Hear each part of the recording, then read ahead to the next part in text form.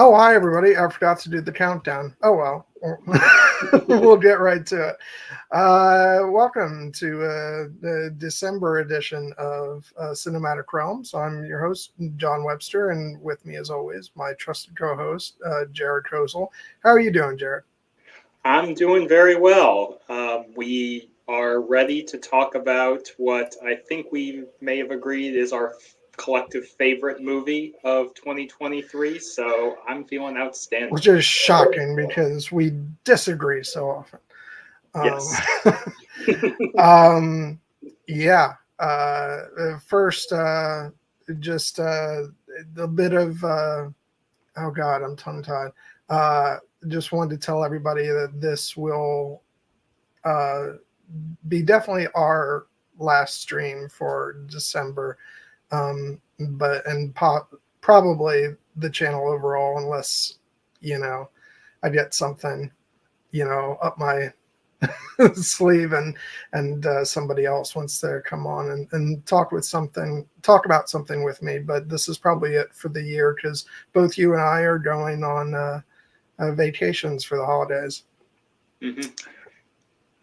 And then unfortunately they're going to be back-to-back vacations in the sense of I'm going to be gone for next weekend and the following weekend, and then John will be gone for the next 2 weekends. So, if there had been, if we planned this better, then maybe we would have had.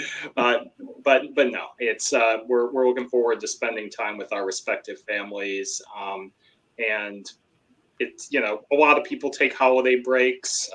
We'll just have one that'll probably be about 4 weeks, but then we will be back in the new year. Yeah, and it's so funny because I should have already gotten this trip out of the way, but then I got sick, for about a month, a little while ago, and so I didn't end up going. But it kind of worked out nice because both my dad and I are going now, and we're going to be actually spending Christmas with my larger extended family, which is great because I haven't done that since I was a little kid, and so this will be nice, especially in the aftermath of losing my mom last year. And Dad and I just kind of did a small, private Christmas, just him and me, kind of going through the motions of our usual Christmas traditions that we would have done with Mom. And I think that was important, just for the, since she had only been, we had only just lost her in the last couple months. And so it felt like we wanted to just, for our own sanity, stick to what we knew. And so we did that. And so this year it's, so totally different, but in a way it's harkening back to those childhood Christmases where we'd have Christmas morning at our house. And then, after I had opened all my presents, then we'd get ready and head off to my aunt and uncle's house where the whole family would be. And then we'd have the real big Christmas, and that would be all day. So the fact that I'm going to get to re-experience that, it feels good. It's nice to be reconnecting with family after, it's been some time. Yeah, it's something you never want to take for granted, especially as we all collectively get older. I'm very fortunate.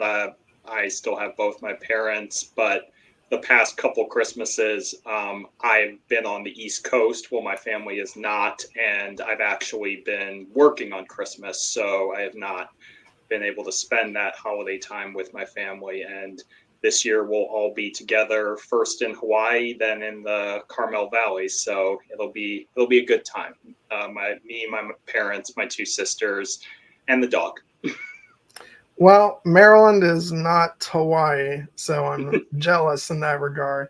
But it'll be interesting to see. It's been, global warming and all that, so it has not been the snowy Christmases in Maryland that I remember from my youth. Because we did go last year in early December for my mom's service, and I was kind of surprised that it was quite cold, but no snow to be found. And I was a little bummed out about that. And then I was like, well, on the other hand, it could be a bit too much as well. But it'll be interesting to see if the snowfall rears its head this time around, since I'll actually be there for Christmas. But yeah, we'll see. So moving on to our main topic, and I actually have a number of things I want to geek out about when we get to the mid-roll, because I've been busy on the physical media front, and was there a certain trailer that dropped today? I can't. That too. That too. I have like the stuff I've been getting in the mail that I want to geek out about, and then also something else happened, but I've been steering clear of of the usual channels today because I just wanted to watch that thing and enjoy that thing. So we'll talk about that mystery thing later on.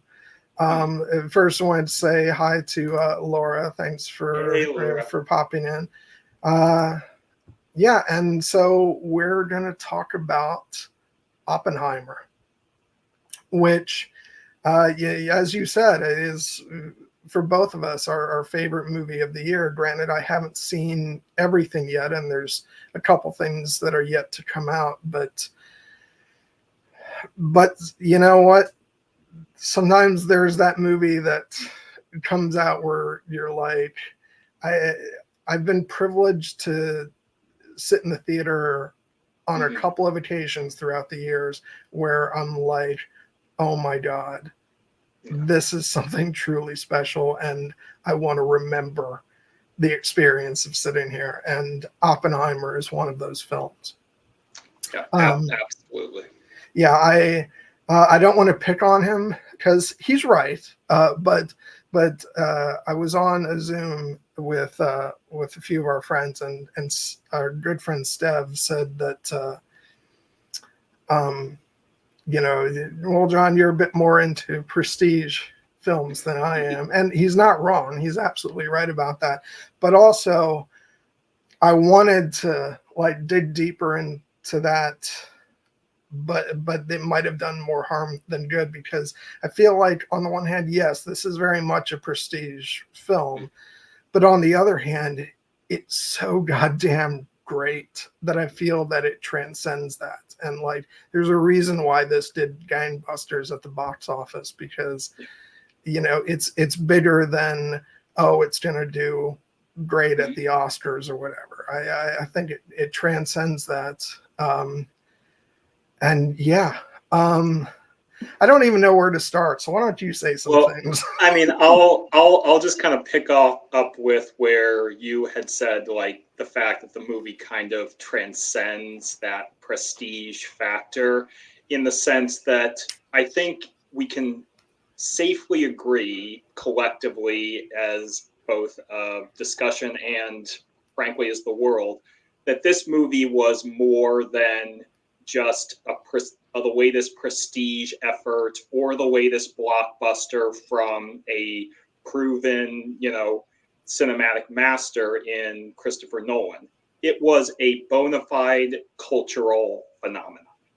Yeah. Along with the other movie that it will be forever linked to, that came out on the same day, in Barbie, which, those two movies are, very different, but they are both, going to be forever linked, not just because of their release date, but because of how they lifted one another up.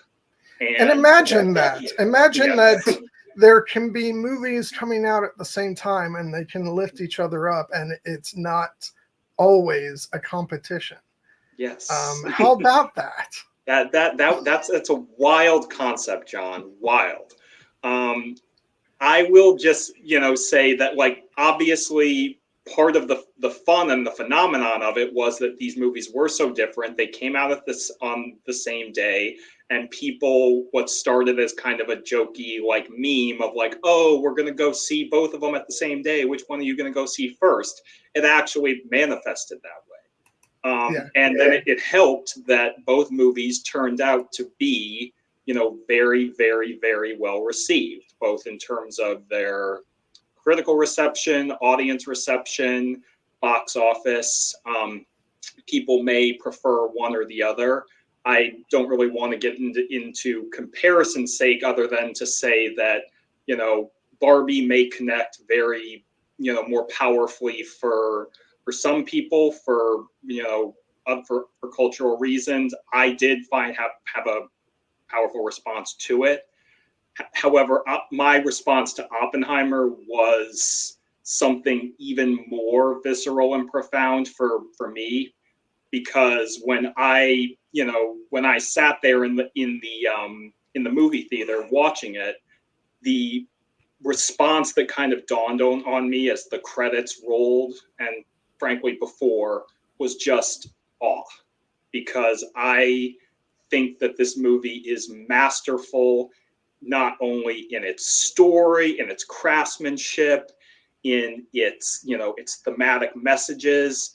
It just is the complete package. And for me, you alluded to the idea about favorite movies and there still being a month left in the year. There have been some years when I come to the end of the year and I do kind of put together a little list for myself, not to rank it, but just to kind of have a catalog of all the movies I watched this year. And some movies I'm like, oh, I've got a few contenders for my favorite movie of the year. And I really have to think about it as to which one truly was the one that I had the most profound emotional reaction to and would be my number one of the year. This was not one of those years, not because there haven't been other great films this year, but because from the moment I saw this movie, I'm like, this is going to be my number one of the year. And if anything were to happen to conceivably supplant it, it will just have been a phenomenal year for movies overall, because I don't see how. And I do feel pretty confident that with a year, with a month left in the year, and admittedly some very good films left that have come out this year that I haven't seen, I don't see anything topping this. This will be my favorite movie of 2023. And frankly, I think it has a strong case as my favorite movie, arguably of the past 3 years, let's say, definitely since 2019, or 2020, I should say. Yeah, it's like, it's if, it's any other year and you've seen a bunch of remarkable movies, and you've got your list, but then The Godfather comes out. And it's like, and it's like, well, nothing's going to come close to The Godfather. So like it's almost to the point where it doesn't factor into any kind of listing or anything. And that's kind of the way I feel about Oppenheimer. It really kind of spoiled the year for what was going to be like my big, go to like 2023 John meme was going to be, hey, it's the year that a Marvel film was my favorite film of the year in Guardians of the Galaxy Volume 3. And then I saw this and I was like, well, so much for that.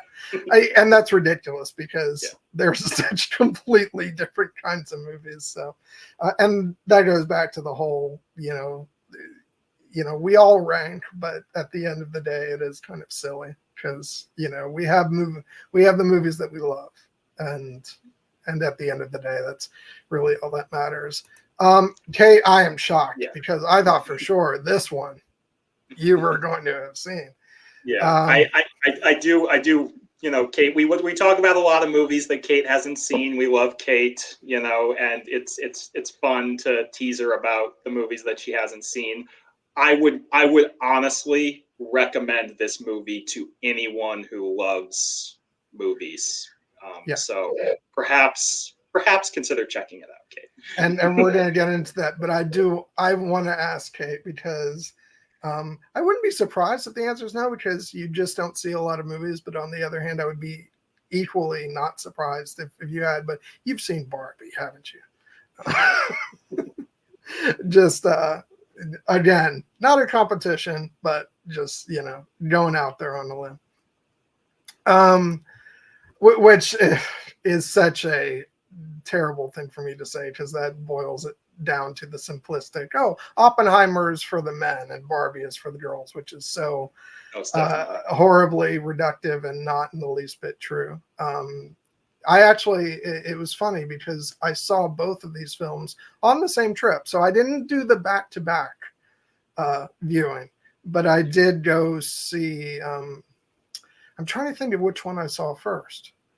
I can't remember. I know that I went with my godmother to see Barbie, and then I went with her husband to see Oppenheimer. Not because it breaks down to, oh, the girls go see Barbie and the boys go see Oppenheimer, but because she does not care for sitting in the cinema for long movies, and this is a 3-hour movie, but we're going to talk about why it's one of the fastest 3-hour movies I've ever seen.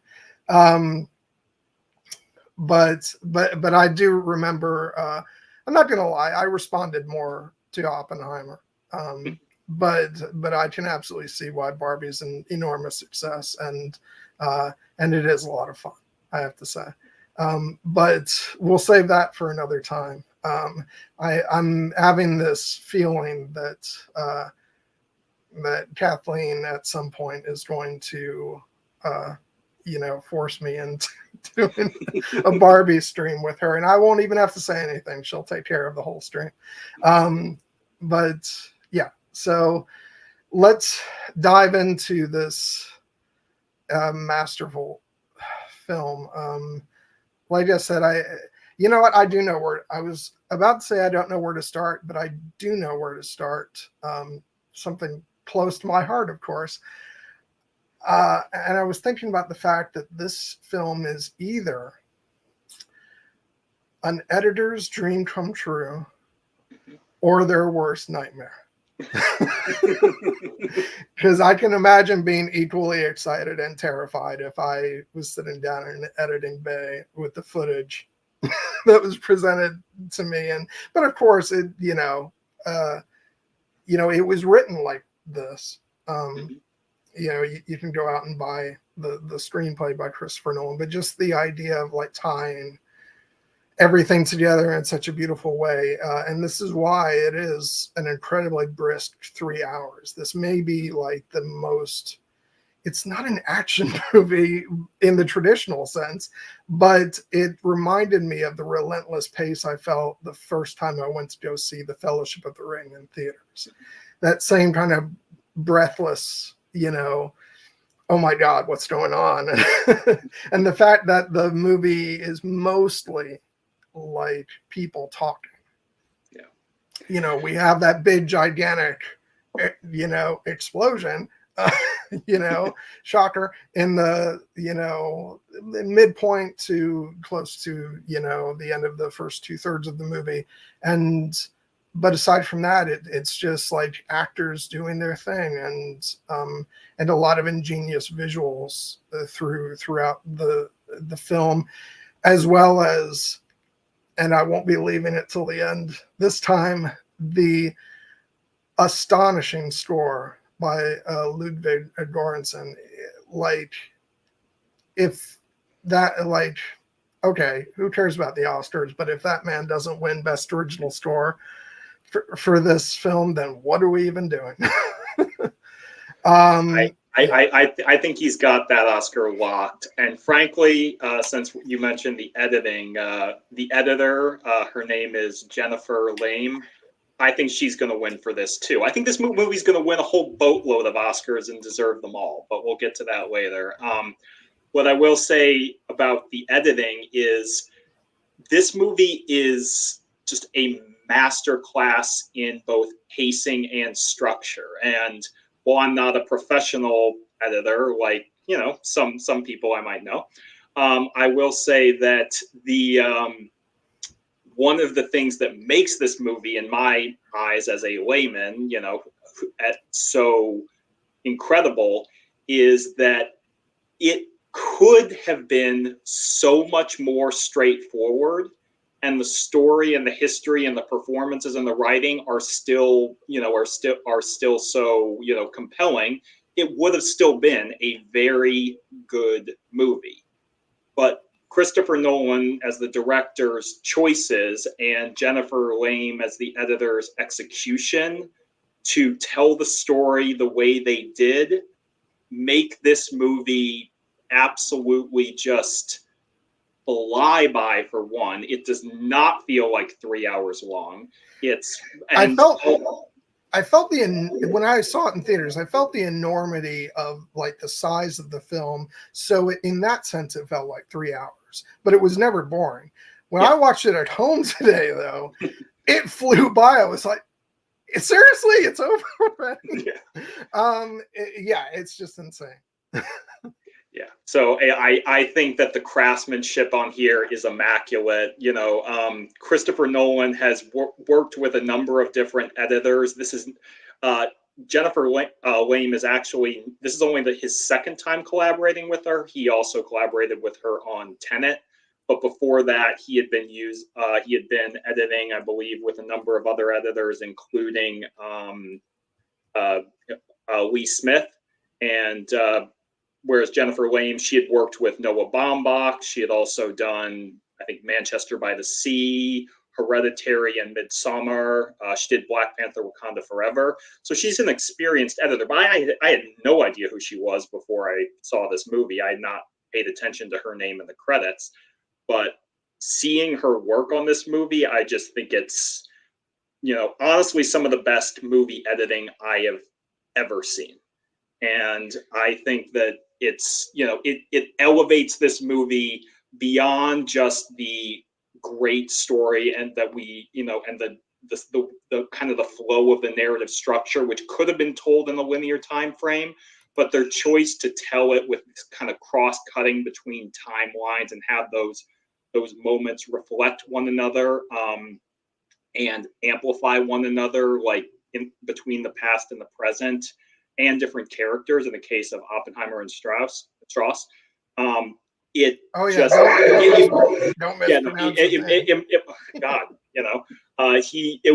just makes the movie like sing, and it makes me think about the quote that happens pretty much at the beginning of the movie when Niels Bohr asks Oppenheimer, "Can you hear the music?"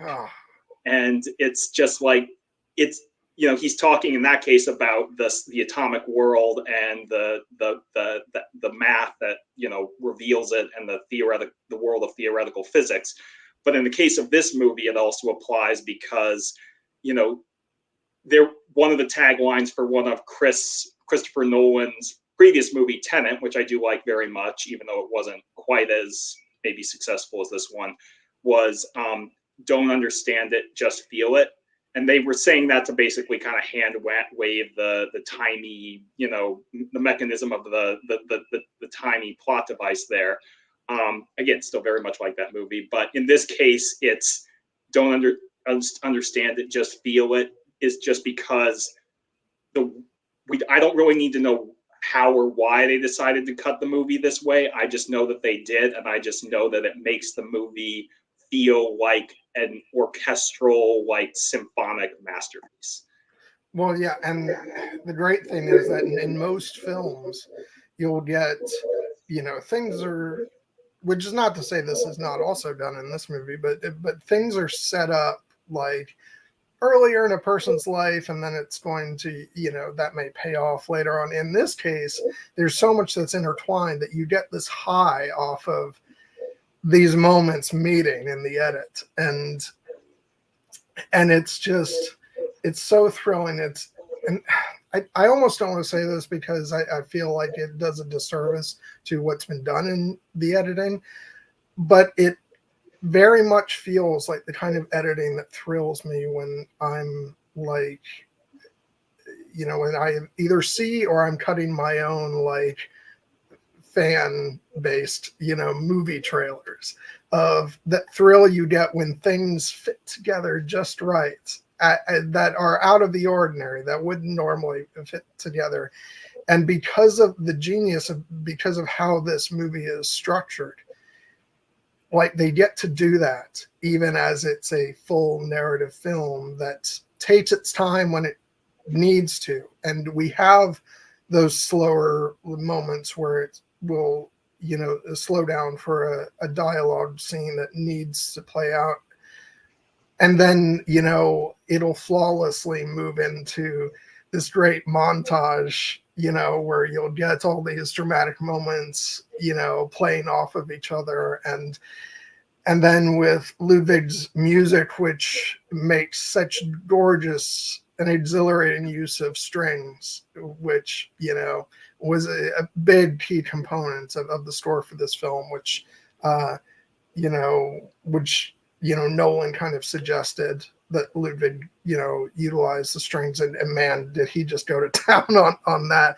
It's a breathtaking score that just, there's a sequence that, goes back and forth between Oppenheimer in his interrogation with Strauss, just going off and talking about how,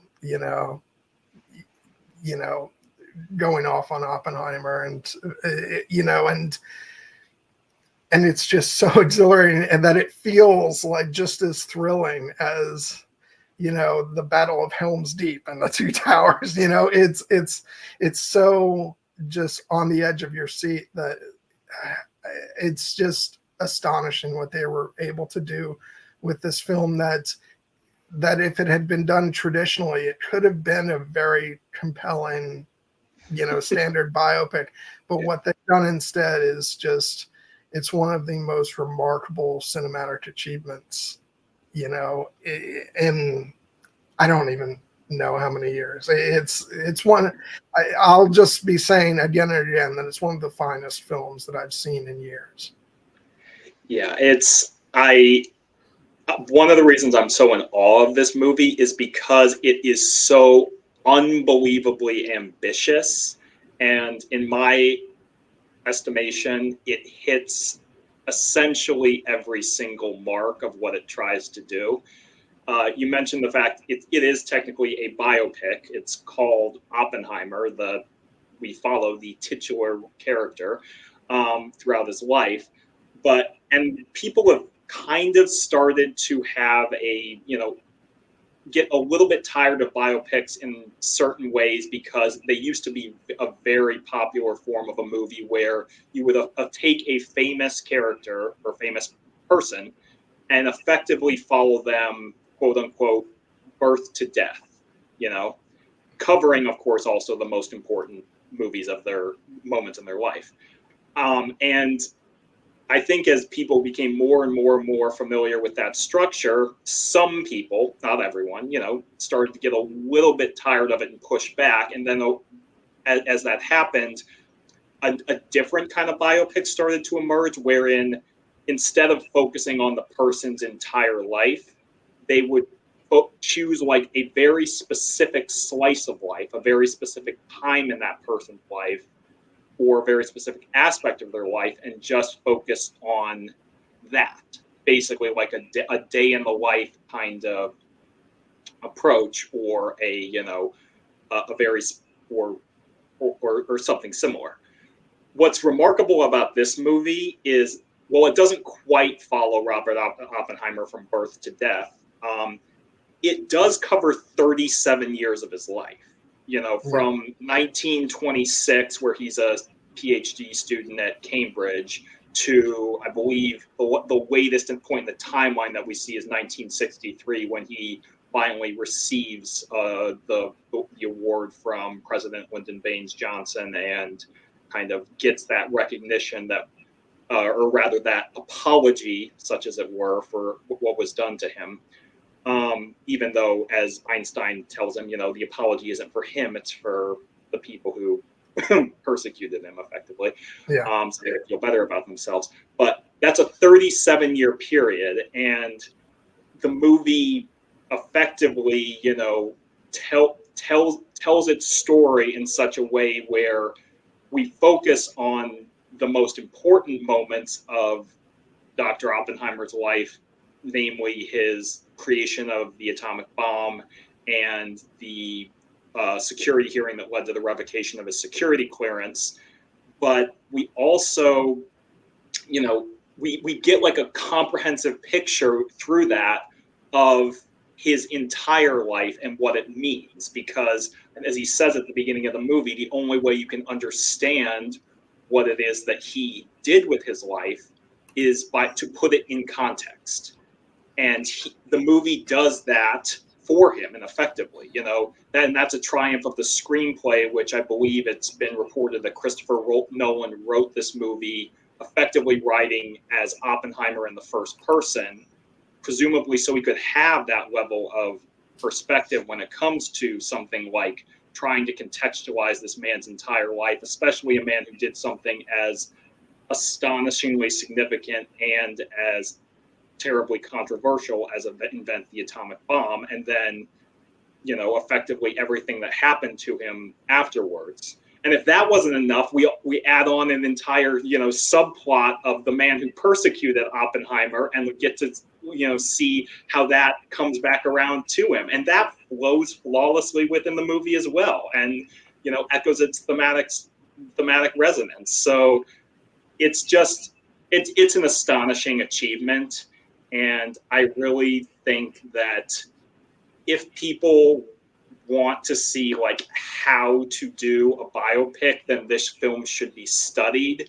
But also, they shouldn't try to necessarily replicate it, because I think over time this will hold up as a one of one.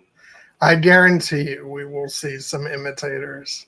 Oh yeah. Of it's like it's doing an Oppenheimer. It's like, yeah, and people will do that as like a novelty, and it's like, are you thinking that film editing was just created? And it's astonishing that we haven't even gotten into the actors yet, but we're gonna get there, because oh my god, just a cast among casts. But I do want to say on the sub, you talked a bit about, Oppenheimer and his, his reputation, and it's, I do want to say that it was astonishing for me watching this movie, because I walked out of it and I was like, wow, this movie taught me a lot that I didn't know, which is not to say it's far from like a history lesson or anything like that. But I was shocked at like just things I didn't know, I think, because all I knew about Oppenheimer, and it's kind of shocking to say this, maybe I just didn't study, this particular corner of history enough, but all I really knew about Oppenheimer was A, that he created the atomic bomb, and B, the sound clip of him saying, "I am become death, destroyer of worlds," which, and when you place that in context of the fact that he was quoting Sanskrit, and then you examine his entire life story, my picture of Oppenheimer before I saw this movie was that he was a very scary man, and this like larger than life figure, which he was, but also that, like, I think just because of the way that if you don't actually dig into history, depending on like which corner of, like what history you're listening to through the people that who talk about such things, I just, my image of this man was a scary individual who did like one of the most horrific things, in history, and he very much, like, don't get me wrong, is responsible for the actual creation of something that was beyond horrific, but I had no idea that the truth of like what this man was like, and the fact that he was a scientist who, his, intention was not simply to create this horrific thing, but that in fact, what his personal hopes were that it would end all war. And unfortunately, we can't, the human race cannot be trusted to, think as positively as that.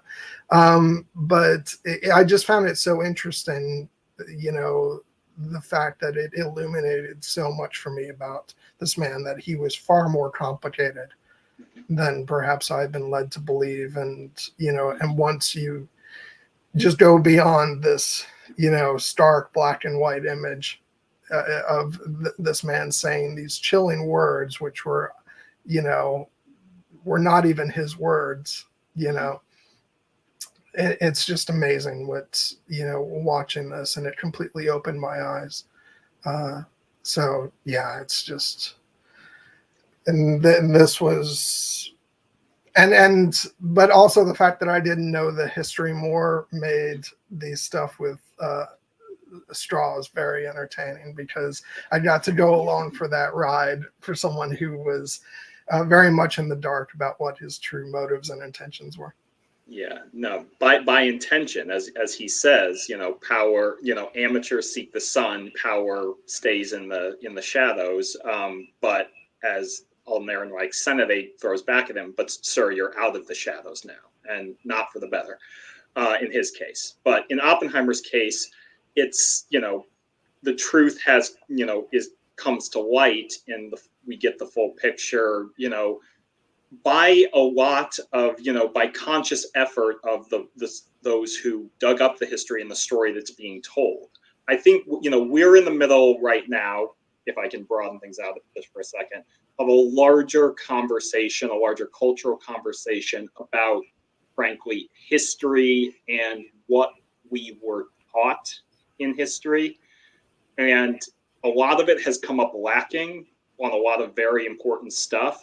And there are a couple of reasons for that. One is the fact that most of us, unfortunately, only are required to learn history in grade school. And at that level, it's really much more about the events that happened and much less about why, So in Oppenheimer's case, that would be he invented the atomic bomb, and maybe he, or rather he supervised the Manhattan Project that invented the atomic bomb.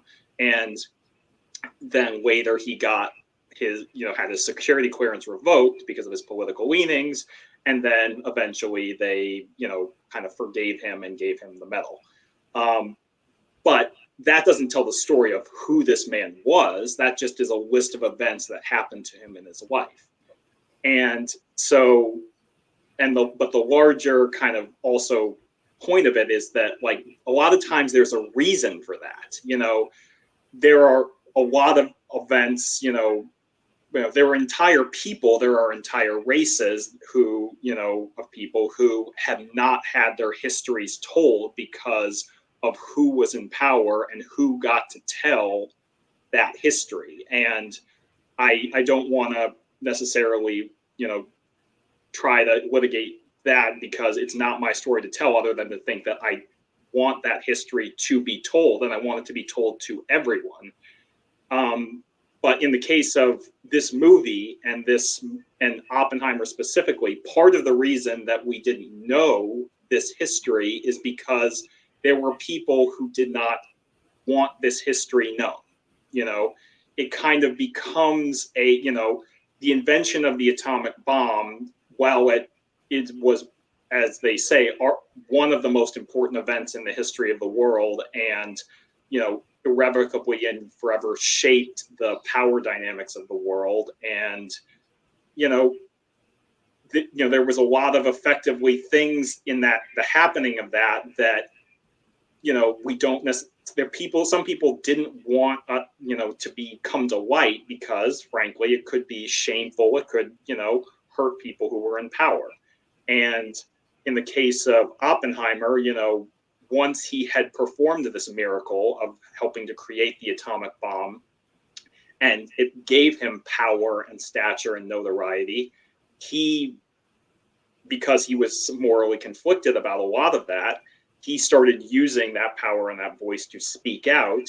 and there were people who did not like him speaking out and trying to influence that policy. And then, unfortunately, they were able to identify things in his background that were not necessarily, things he should have been ashamed of, but which were at the time considered to be, dark marks on his record that they could effectively use to discredit him and then bury him in, as we see in the movie, not in a public trial, but in a shabby back courtroom that was not, effectively giving him due process.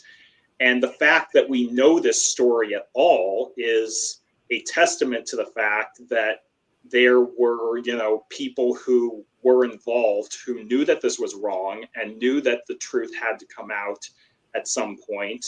And that fortunately, as time progressed, our attitude shifted where people realized, no, we actually shouldn't have done that to this man. Mm-hmm.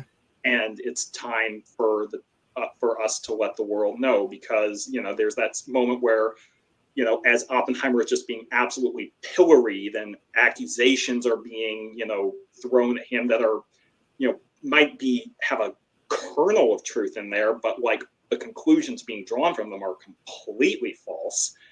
And you see Oppenheimer just kind of sitting there quietly, and he could be raging, he could be, crying, he could be like in shock, and he just says, like, very quietly, is anybody ever going to tell the truth about what happened here?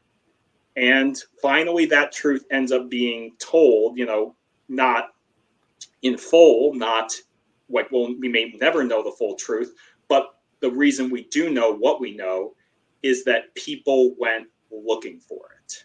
And that is part of a responsibility that we all have to take on ourselves if we know that, for instance, something doesn't feel right here. I think there's more to this story to know. And in a lot of cases, in the cases of great injustice, often, if you go searching for that truth, you will find, you will find it. Yeah. God, you just saying that line and then thinking about how it's cut against, the courtroom, not the courtroom, the Senate hearing. And, we've got the scientist played by Rami Malek, who's finally, he's the one to stand up, who really had no reason to, be in Oppenheimer's corner other than just, to tell the truth. And, and it's such a thrilling moment in the film. And he's a character who only appears about 3 times in the film. And that's one of the most remarkable things about this movie is that Nolan said he didn't want to create composite characters for this story. So many of these characters just have fleeting appearances, but they're so well written and they're performed by just outrageously stunning actors. The cast list on this movie just goes on and on with these remarkable names, so that every time one of them steps onto the screen, you feel the prominence of these people. And yeah, it's, we haven't talked about like any of the actors. I do want to just start that by right off the bat, Cillian Murphy as Oppenheimer is just like, and this man has been like the ace in the corner for, Christopher Nolan for so many of his films, where a lot of times he's been doing absolutely astonishing work, but off to the side. Where he's needed, and he adds so much to the overall thing, but he hasn't ever gotten the chance in one of these films to really have the limelight. But finally here, and he's just like, words don't even describe how amazing he is, and he's got those eyes, man, that just peer into your soul.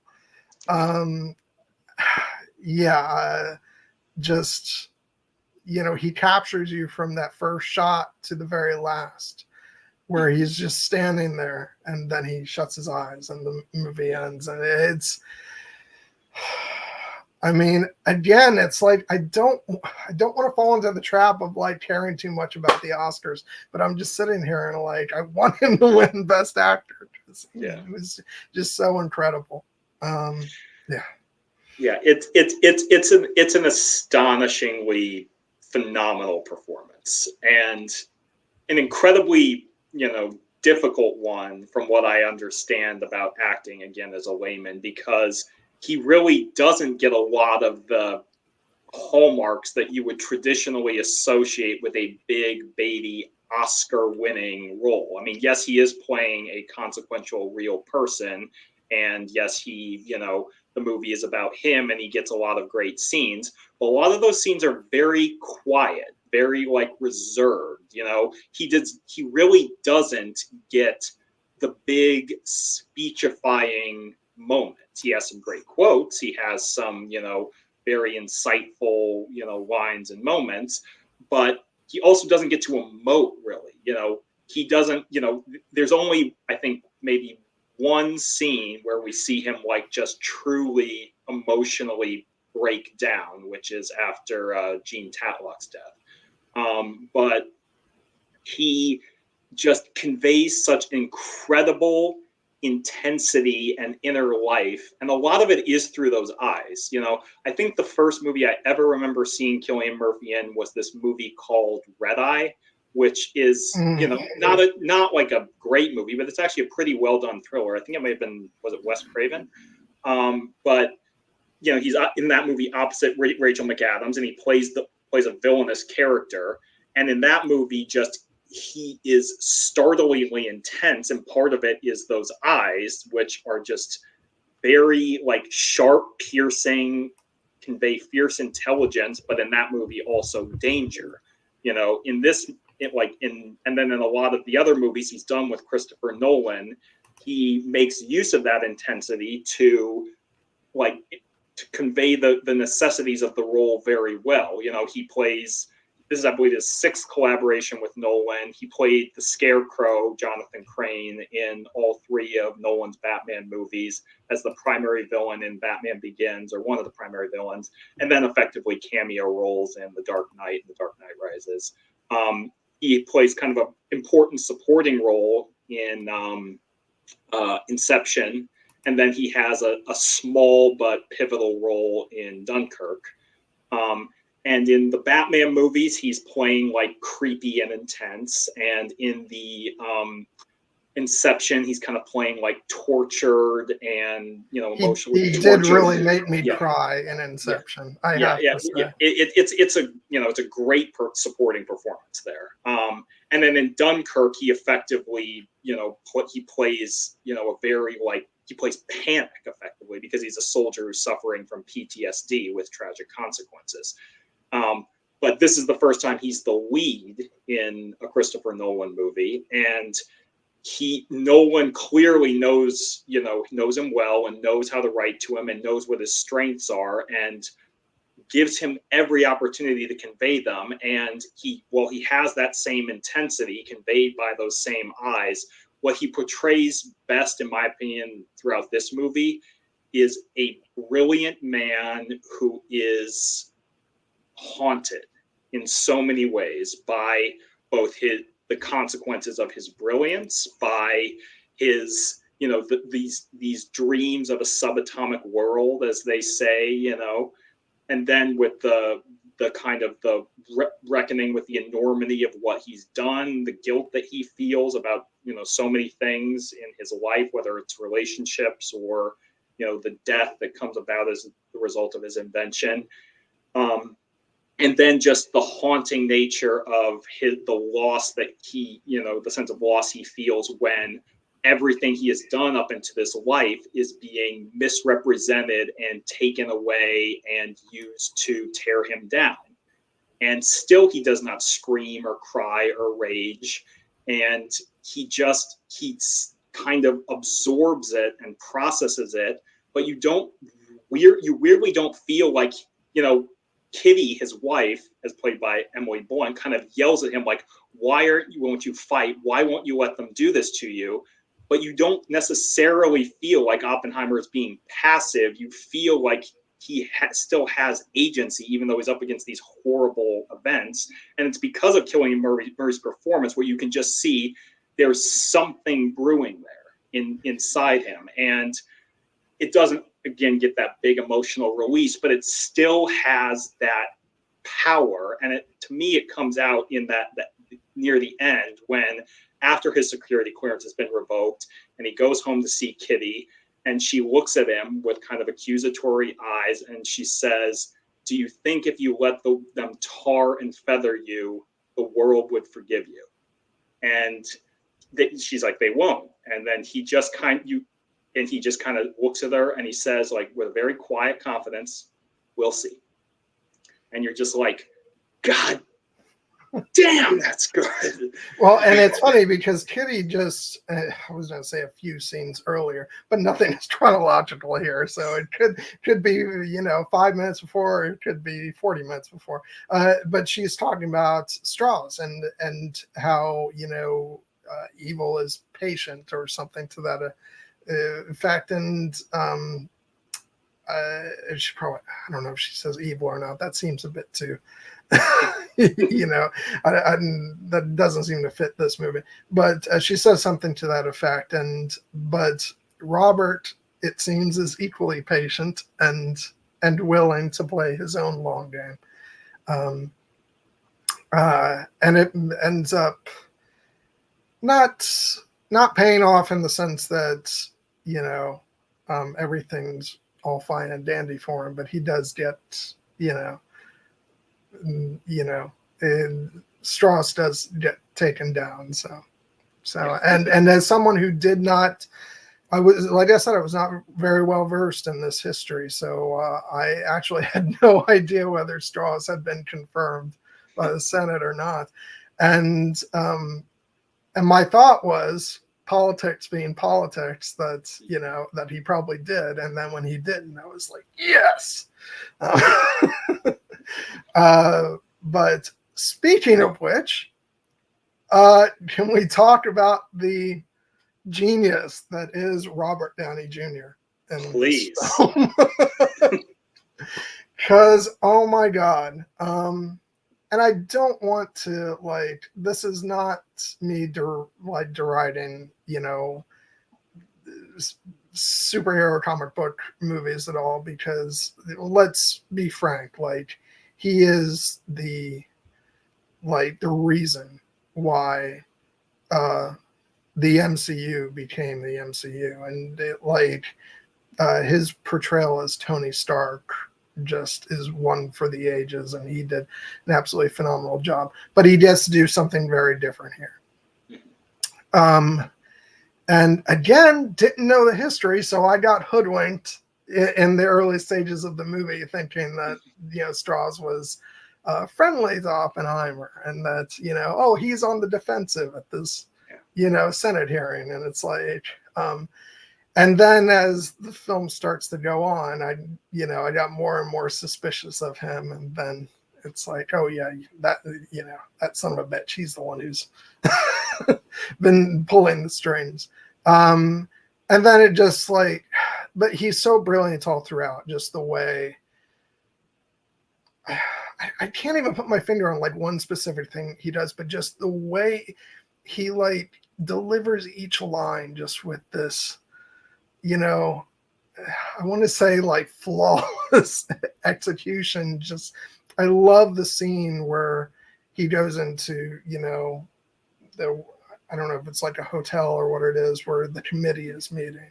And just, first of all, the whole film, the editing in that sequence is insane. And it's got the music so it feels very tense. But just, the way he goes in there and, he's on the offensive right away, and he's like, well, what were you all doing at Los Alamos? And it's just the tempo is just so and they just fired a starting gun. It's so tense and so beautiful. And then for everything with his performance to just build where you're slowly building up more animosity for this guy, and then it gets the scene between him and Alden Ehrenreich, where he's going on about this is exactly what Oppenheimer wanted, and like the music is just really letting loose, and it's just, now he's the one who gets the big acting moments. Yes. It's not hard to see like where they're gonna pull those, Oscar clips on the night of the ceremony. It's just, he gets to unleash this astonishing monologue at that, point later in the film. And, but he's so like, he's got those moments, but then he's got the very quiet, subtle moments. And I love the scene where, he and Oppenheimer first meet, when he is, offering him the job. And, it's just like a self-made man. Oh, I can appreciate that. Really? Yes, my father was one. It's just this great, back and forth. And it's just so great to see him get something like this where he's sinking his teeth fully into the performance and the writing, where, like I said, not saying like some of my favorite movies are big, comic book movies with big, action sequences and all that. This is not in any way talking anything bad about that, but it is really nice sometimes to see an actor of his caliber get to just sink into something like this. Yeah, it's like, I'm so glad that he got this role and he got to show what he could do with this role, because you're right, for the, Robert Downey Jr., he had kind of a tortured early history in his career, but he's been very public about a lot of the demons that he had.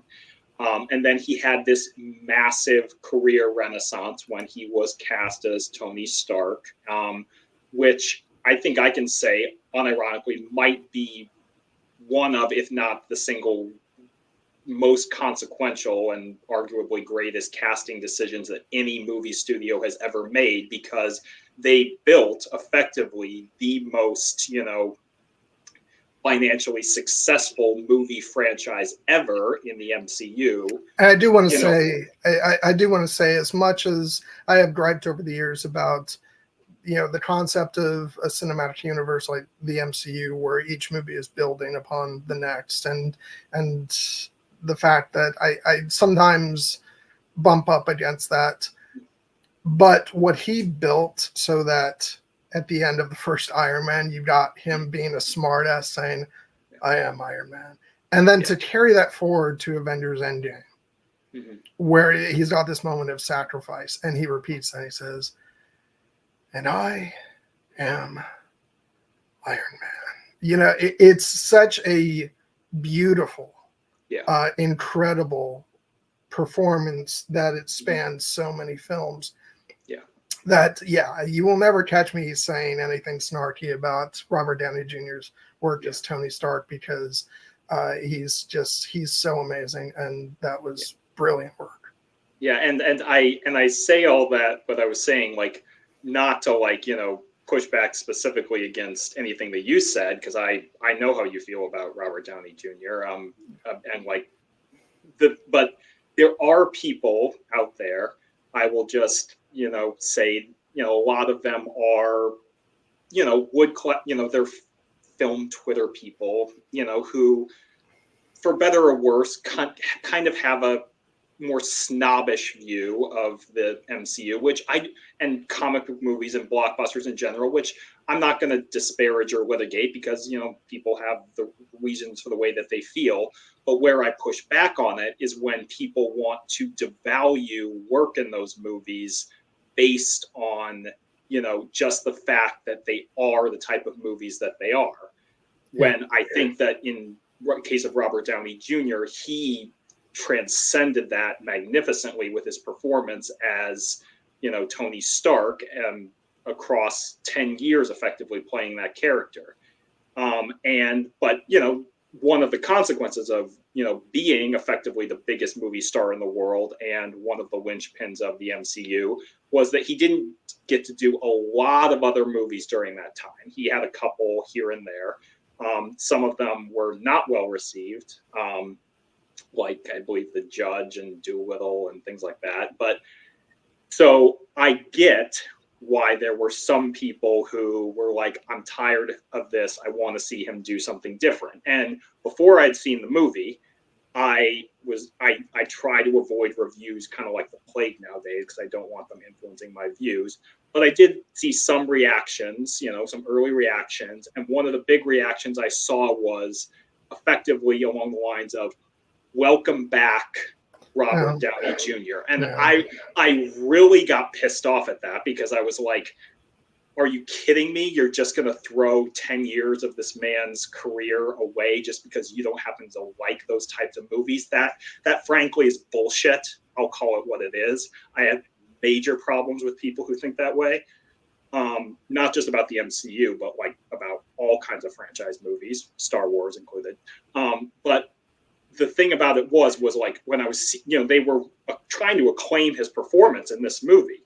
And they were, and they're like, he's great in this. I missed him seeing this kind of work. And I was like, okay, well, that's fair. I want to see what he, but I still think the work that he did as, Tony Stark and Iron Man was valuable work. But when I saw him in this movie, I got what they meant because, well, he got to do actually, I think, great things when he was playing Tony Stark in the MCU. He did not get to do this. Like this type of character, this type of role, this specific type of acting, which is not necessarily better or worse inherently, but it's different. And it reminds you that like Robert Downey Jr. is not just a fast-talking quip machine, like who can also do emotional pathos. He can play like a fully realized human character who is very different from Tony Stark, who is also a fully realized human character, I think. But in this case, though they're two very different men because, well, they have some of the same vanity and, insecurities, Louis Strauss is not a hero. He is effectively the villain of our piece. Not that he's evil per se, but he is a man who has a very clear interior life, just like Oppenheimer, but his interior life is so absolutely possessed by petty, jealous grievance and insecurity and fear. And you wouldn't necessarily know it to look at him, but this is one of the smallest men you will ever see. But Robert Downey Jr. plays him big when he has to, small when he needs to, and ultimately makes you feel like this man, he is worthy of the part that he played in a movie called Oppenheimer because he is essential to the story. And he had an incredibly consequential impact on history, effectively, even though it arguably was for the worse in his case. And part of his comeuppance in effect is that he does not get the reward that he thought he would get by being the snake in the shadows, effectively, because, he wants this confirmation post. He doesn't, what he does to Oppenheimer comes back and bites him.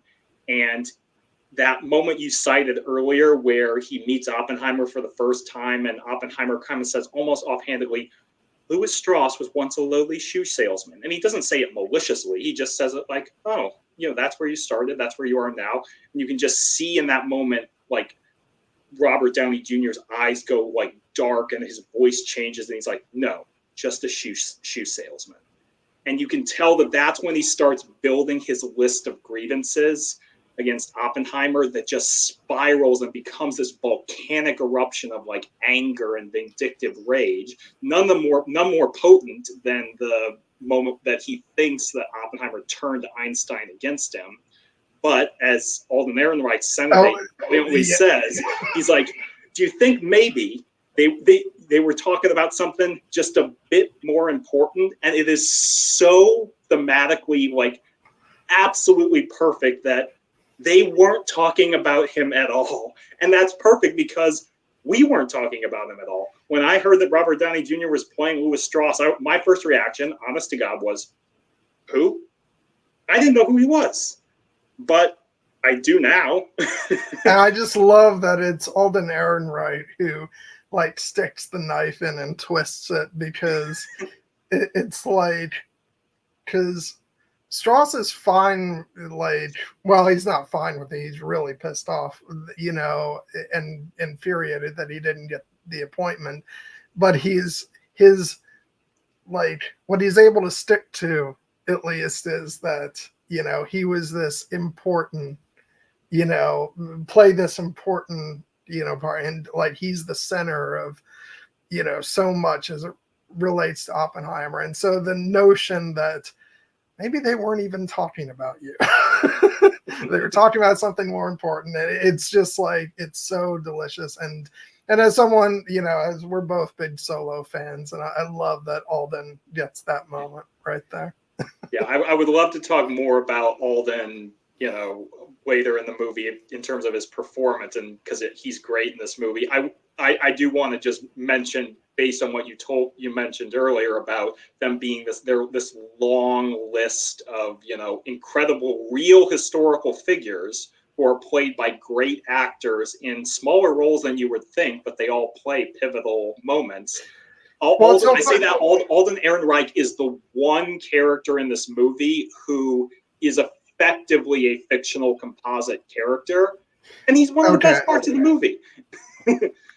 Yeah, I actually, you know what? I think I remember that being discussed, but I had forgotten. I don't even think he has a name. He just is Senate aide, but he's great. Well, it's funny because I actually wrote up the description for our stream before I turned on the 4K this afternoon. So I hadn't seen the film since I saw it in theaters. And I was writing down like who I thought were like the biggest cast members. And I wrote in Kenneth Branagh. And I watched the movie. I'm like, oh my God, he was really only in 2 scenes in the entire movie. They're 2 great scenes. Yeah, great. I do really quickly want to say hi to Cassie. She popped in. And great to see you. Yeah, thank you. That means a lot, Cassie. And yeah, we're going to get back to it early next year once our respective, Christmas vacations are over. And I'll be mentioning it again later, but I think the first thing we're going to tackle will be something that we kind of hope to slip in there later this month, but it's not going to happen. We're going to be talking about Indiana Jones and the Dial of Destiny in January, which I'm very excited for, which I actually got the 4K early in the mail today, which I was very excited about. But yeah, no, just talking about the cast, it's just, yeah, the fact that Kenneth Branagh is only in here for 2 scenes, but they're such amazing scenes, and he makes such an impression. That just carries over throughout, so many cast members, which I do want to get into, but I want to pause right now for the mid-roll. Don't go anywhere for those of you, watching, because of course, as always, this is just the mid-roll. We've still got plenty to talk about, and I think I'm just going to let us go on for us, because like we've talked about the big strokes of the movie, and we've only just gotten done with our preliminary discussions of Cillian Murphy and Robert Downey Jr. So I have a feeling that this might not quite hit the 2-hour mark. But anyway, yeah, mid-roll. As I was saying, next week, not next week, next month, we're going to be talking about Indiana Jones and the Dial of Destiny, which, we both really enjoyed. And that was one of the ones that I successfully stayed away from the online conversations surrounding the movie. And I just went to go see it with my dad. and we had a phenomenal time. So I'm looking forward to revisiting that, as well as watching the documentary on the Blu-ray. Which, by the way, you and I were discussing the fact that iTunes was dangling the digital version for $10, last week, and I was like, no, I'm not going to fall prey to that. And I do want to say I redeemed my digital copy today, and it is always like with such a sense of victory when I do it, because I'm like, no, I bought the physical copy, and now I'm getting the damn digital version along with it. So, but yeah, so we'll be talking about that, and then you and I have discussed a lot of things which I think we kind of hoped to get to at the end of this year, but things didn't quite turn out that way. We are still planning on doing a discussion on the Amazon Lord of the Rings, Rings of Power series, which I'm very much looking forward to. I know I had talked to a couple of people who were interested in joining us for that. It's great to sit down and watch that. After so much time has passed from all the noise that was surrounding that season, and because I'm gonna say right now, I freaking loved the season. I think the show is great, so we're gonna have a lot of fun talking about that, I think. And then I also want to revisit the Hobbit movies, which we'll tackle those one at a time, because I don't want to do another 5-hour stream, and also I want to give each one of those their due. Yeah, we could end up doing effectively like a Tolkien kind of month if we talk about the 3 Hobbit films individually, and then Rings of Power. That would be 4 weeks worth of streams. It doesn't have to be like an actual like month, but if we do those in in quick order, it could be like a little mini event, here on the channel. Yeah, definitely. And then we'll get into some other stuff. I think you and I have talked about revisiting a couple things. I very much want to do a Blade Runner 2049 discussion with you, because we've both gone on about our love for that one, and I think I can get away with doing a second stream on what was probably my favorite movie of that entire decade. So yeah, it's up there for me as well. It might be my favorite of the decade as well. But once again, Jared and John have the same favorite movie. What a shock! I would be very happy to do that. I also in previous iterations of the channel, you talked about a lot of great movies that I also love, and I have been restraining myself. Like, I don't want to just make John go back and talk about movies he already had great conversations with our other friends, because they were great conversations. I've listened to them. I don't need to always have my own spin on that kind of stuff. But maybe once or twice it would be okay. We already did do, the Pirates of the Caribbean, straight, celebration. We're doing a revisiting of the Hobbit, trilogy, Blade Runner 2049. But there are also great movies that we have not covered yet on the channel that we would love to talk about, including a lot of the times it's movies that we've both seen, but I know that there are also movies that we each have on our respective list that one of us has seen, but maybe the other hasn't, that it could be an opportunity for us to share that, and have someone watching for the first time, assuming of course that they we would still give each other veto power if I actually hated that, I don't want to talk about it. But I have a feeling that would not be the case given our respective tastes. Well, I am still very interested to find out what you think of Hugo when you get around to watching that, because that is I think it's a controversial opinion, but it's actually my favorite Martin Scorsese film because it's very different from his usual fare, and I just think for anybody who loves cinema, they would love that movie.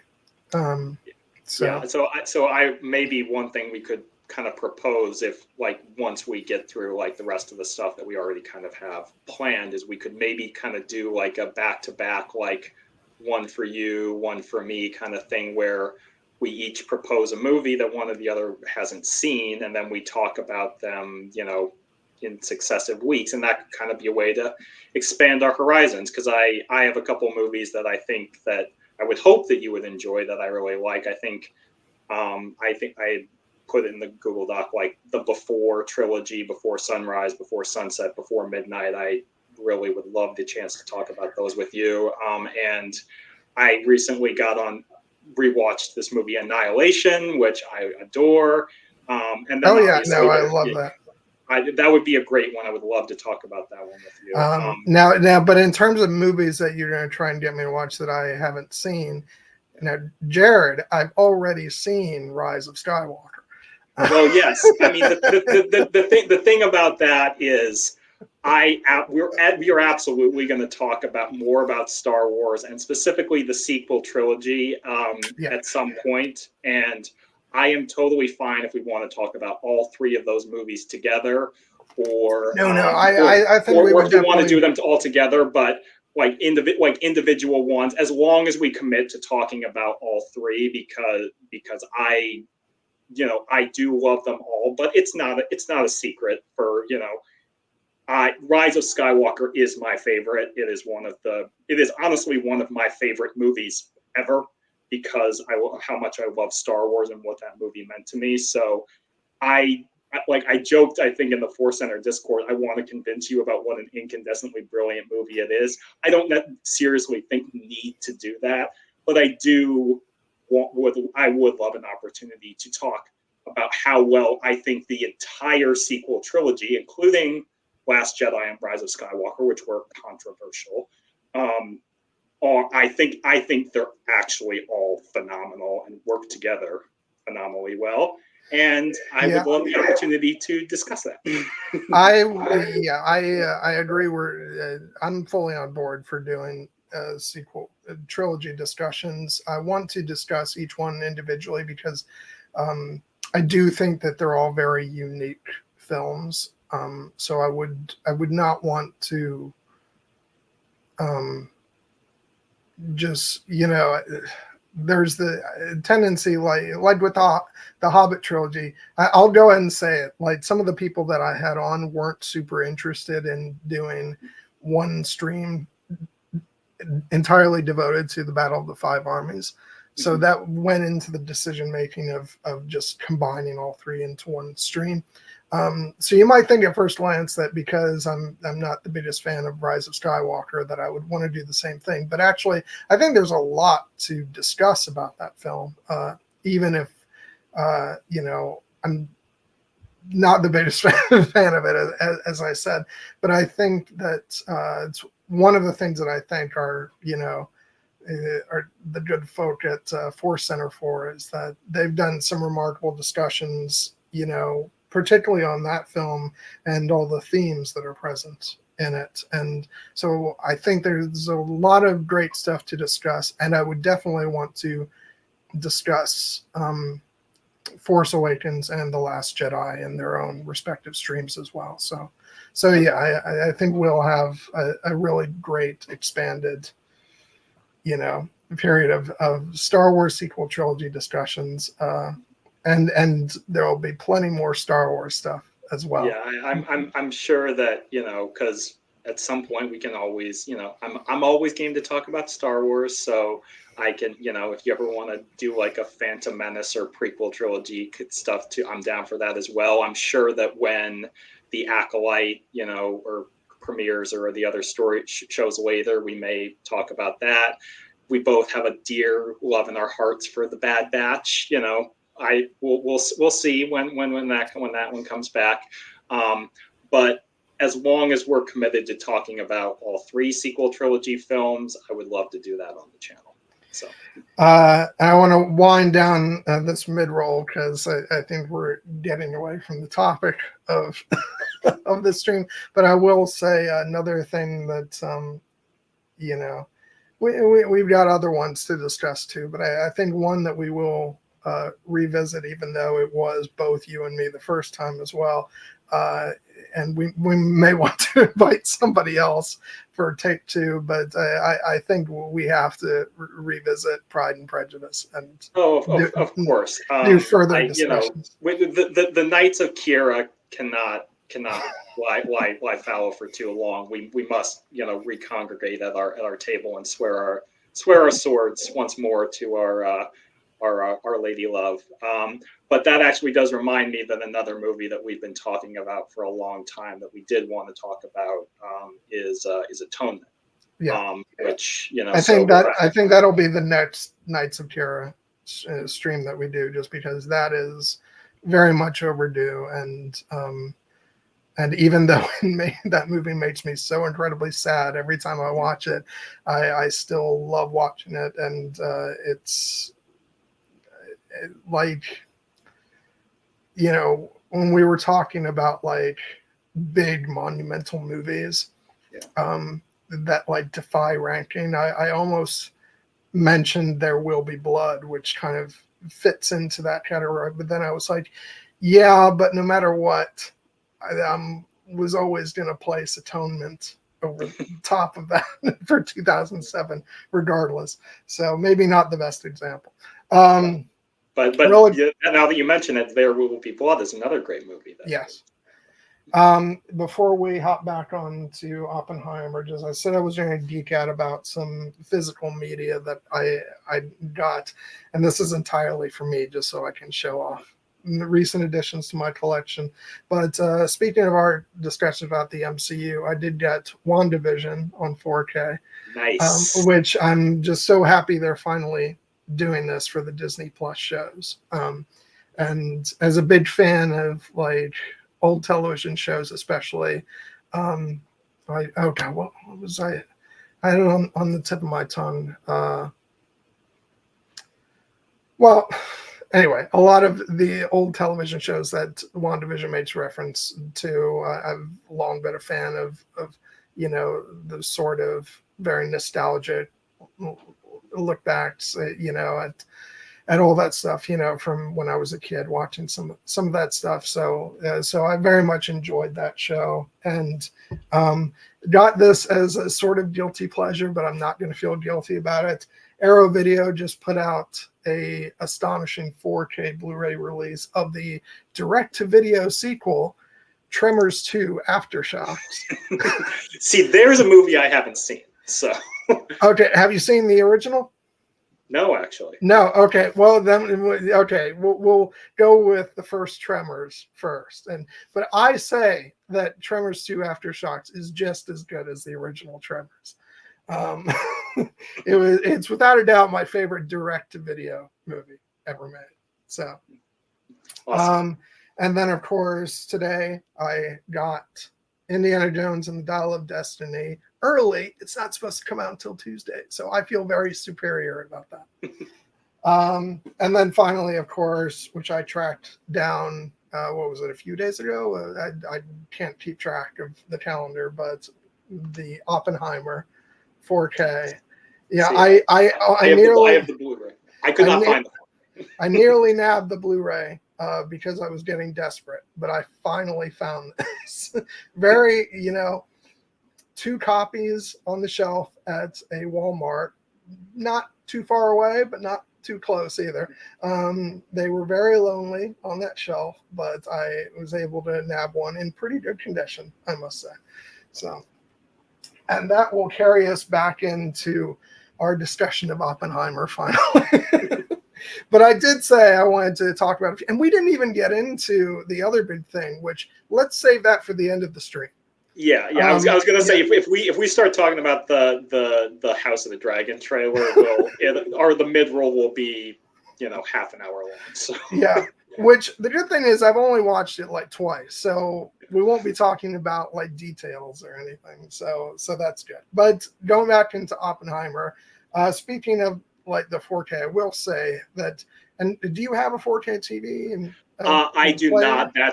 That's another reason I didn't like. I've been buying 4Ks in the anticipation of getting a 4K TV at some Yeah, I point, did the but same thing. especially because that seems to be the most premium format available, and if physical media is raging against the dying of the light, I want to support the most up-to-date versions. But the TV I have now does not play 4K, so I was okay for these purposes just getting the regular Blu-ray, and then I'll buy the 4K later. My rationalization, I know when I first started buying 4Ks, was that since no matter what you buy, you're buying a combo pack usually. So instead of buying an edition with a DVD, which I definitely won't use, might as well buy the 4K, which I would someday be using, even if I didn't have the equipment at the time. And now that I do, I'm very happy I did that because and I've like the first 4K TV I had was, you could watch 4K stuff on there, but it had issues with like the brightness and all that. And then the most recent TV I bought was an Ultra HD premium TV. So like everything I'm watching on it just looks spectacular, and this movie is astonishing with the detail and the brightness and contrast, especially with the Trinity test. That looks great, and the fact that this is a movie that is shot on sorry, I got sidetracked by something, but the fact that it was shot on film, and IMAX cameras, like if you have the equipment to watch this on, there's really no choice. You have to do 4K. I will say, yes, I was beyond excited to find this, just because it's been sold out everywhere. So much to the point that it actually made like the news sites that Universal was having to quickly manufacture some more copies to get them out, which I don't know. That sounds like it bodes well for physical media to me. Yeah, I was like, maybe it should incentivize studios and retailers to buy and carry things that people actually want to buy. Yeah. Yeah, so that all infuriates me. That's the thing where like the fact that Best Buy is getting out of the physical media business, and the fact that you could barely find copies of this on store shelves at every Best Buy that I went to. And it wasn't because they weren't putting them out or something like that. They had the full Oppenheimer displays and everything, and not a copy to be found. So yeah, I'm like, maybe you should think twice about that. Never mind the fact that I think that Best Buy as a store is completely pointless without movies. But what do I know? Who knows? You can still get your refrigerator there. Yeah. But yeah, it's this movie, like, it deserves that premium viewing experience that you mentioned, because it was designed to be seen on the biggest screen possible, not just to support the art of cinema, but because Christopher Nolan literally designed it for that format. And he's a pioneer of shooting in IMAX, and in this case he shot, I believe it's in 70 millimeter IMAX, and it, like, for certain sequences anyway, and it you see it, it looks dynamite on the even on a smaller screen, and on the big screen it's just incandescent. And to shout out a name of another craftsman who will probably be, and rightly be, winning an Oscar for this movie, Hoyt van Hoytema, the cinematographer. Yeah, Stellar work. Who's been with Christopher Nolan for a number of films now. I think the first thing that he worked with him on was Interstellar. Yeah, so I was just looking back up. Yeah, his first Christopher Nolan movie was Interstellar. He's done 4 with him. He did Interstellar, he did Dunkirk, he did Tenet, and he did Oppenheimer. And he's done a lot of other, big movies that have come out. He did Ad Astra, he did Her, he did Tinker Tailor Soldier Spy. I didn't realize it, but the first movie of his that I ever saw that I actually love, and it's a very interesting visual style, although it's a very different, smaller movie, is Let the Right One In. That is Okay. it's a Swedish vampire movie. It's a love story that's actually very dark, very twisted, and it's great. But it is kind of it's a horror movie in effect, but it's actually it's shot on a very small budget and mostly against very drab colors, and it looks great. And that tells you that Hoyt van Hoytema can, make a movie look very visually interesting, even if there's not a lot of extra flair or things to shoot. But when it's something like this, when you get to take those skills and film something like the Trinity Test, you just get that's where the Oscars come, baby. Yeah, something important to be said, even when they weren't shooting with the IMAX film cameras, the other footage was shot with Panavision's 65 millimeter cameras. So even the stuff that wasn't IMAX is the stuff they were shooting Lawrence of Arabia on. So they really went all out with the filming of this movie. And you may not have gotten the 4K version, but the Blu-ray also includes those IMAX scenes in their full ratio, which, by the way, is not something you'll get on digital. So think about that, people, when you're buying this movie. And it's just so great because you just, I think it's brilliant the way that this movie interweaves different, formats. It's not even just the scope to IMAX, ratio, but also this film has black and white sequences, and they had to develop and actually create black and white IMAX film, which apparently was not a thing that I don't know if that it had never been done before, but at least in a long, long time. And certainly not in a narrative feature film. Yeah. And so just the intercutting between all those different formats, it just keeps you on your toes as much as the edit, the pace of the editing. So it's just absolutely remarkable. And so this movie is a feast for the eyes, And I do remember when I went to go see this in Maryland, I didn't get to see it in IMAX, but I did get to see it in, I forget what the format is, but it's one where it's a very big screen, even though it's not IMAX, and but the sound system is it Dolby? No, it wasn't Dolby Atmos, but it was. I forget what it's called. I'm going to look it up later, and then I'll, kick myself for not remembering. But anyway, it's a theater that, is well known for their sound system. And so I just remember even before the Trinity test, when they're doing the explosion test earlier on, I just remember it being pow, rattling my seat. And then, and then when the Trinity test goes on, we haven't even talked about that, but just because that sequence, spoiler alert if you haven't seen the movie, but the way it's done is just so masterful because this it cuts out the sound, and so you don't you're expecting, I think audiences expect the massive sound with the explosion, and of course we don't get that. We get sound cuts out, we get the explosion, the fire, and all that, and then about a minute later, once you're fully in awe of what you're seeing on the screen, then the sound hits. And I just remember sitting in that theater and the rumbling and the like just insanity of that. And it was just all encompassing and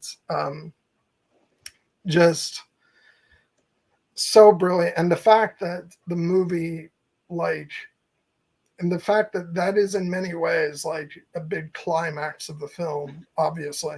And the fact that the movie somehow doesn't slow down from that point, it's still as engrossing and like tense from that point on as we segue into the third act of the film. It's remarkable because and so today, as I was watching, and I was watching with my headphones on, it didn't quite replicate that experience that I had in that theater, but still sounded amazing. And I am a bit worried about the glass in my house when I watch it with my dad and we watch it with the surround sound system. It does have me concerned. So we'll see. Yeah, if you were, you know, hypothetically to blow up your windows by listening to Oppenheimer on full blast at home, I'm sure you would not be happy, but it would also be pretty freaking cool. I think my dad will not be happy. I'll be like, yes, I like these are the bets we'll be taking before the explosion. Not whether we're going to blow up the whole world. It'll be whether we break the glass in the house. And that's the thing that we haven't delved into, the fact that this was a concern, which is sort of a big part of this film. It provides that very chilling note at the end of the movie, where Oppenheimer says, "You recall when I came to you with the concern that, we might destroy the world." And then, to which Einstein says, I remember it well. What of it? I think we may have. It's so chilling. And so the fact that, one of my favorite parts of the movie is when he and Groves are just sitting there. Groves is like, so what did he mean by setting fire to the atmosphere? And it's like, just gallows humor. When we first started, it seemed, possible that the, thermonuclear explosion might never stop. And Groves is like, wait a second. Are you telling me when we push that button, there's a chance we destroy the world? Chances are near zero. Near zero. Yeah. What do you want from theory alone?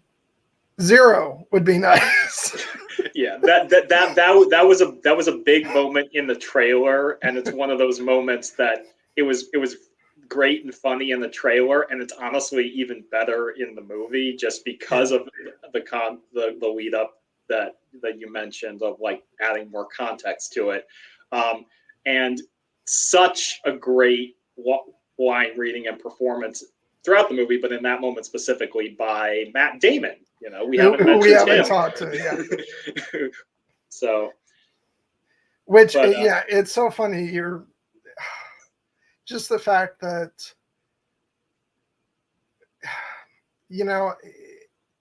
maybe it's just one of those things of getting older. That's like, I'm aware of like how many things I've seen some of these actors in over the years and watching them as they've grown older. And I remember Matt Damon being this young kid, and just to see him in this playing this, kind of stocky, gruff general, it's just amazing just to see how time passes and, roles that you'd never imagined that these particular actors would be playing. The same thing, we were just talking about Robert Downey Jr. It's like, I wouldn't necessarily have thought we'd see him in something like this because, of course, I'm certain that a lot of people of a certain generation are like Robert Downey Jr., Tony Stark. And I'm like, yeah, I remember Robert Downey Jr. from before that, from years before that, when he was a young kid too. And so it's just amazing to sort of see the path, to experience the passage of time and see these actors really mature into these types of roles and performances. Yeah, he and Matt Damon, I when I was originally thinking about like the type of role that he plays, because he plays Leslie Groves, the general who is in charge of the military aspect of the Manhattan Project, and he is. I was originally going to say, oh, he's kind of playing like a effectively a straight man role, but I'm like, that's actually not accurate, because he has much more to do in terms of like his kind of moral conflict in his relationship with Oppenheimer. And also he's where a lot of, particularly in the middle section, a lot of the movie's comedic relief comes from, where like he has, like we just mentioned, one of his awesome like line readings with the whole near zero bit. But then there's also the moment when, one of the scientists gets frustrated and storms out on Oppenheimer, and Oppenheimer, and he's like, Oppenheimer's like, aren't you worried about him going out there and spilling secrets? And Matt Damon just perfect deadpan's like, we'll have him killed. I was just kidding. Which you can tell that he thinks that's hysterical. The thing is, he thinks it's hysterical in the context of the movie. Clearly, Oppenheimer doesn't think it's funny, but we think it's funny in the real world because.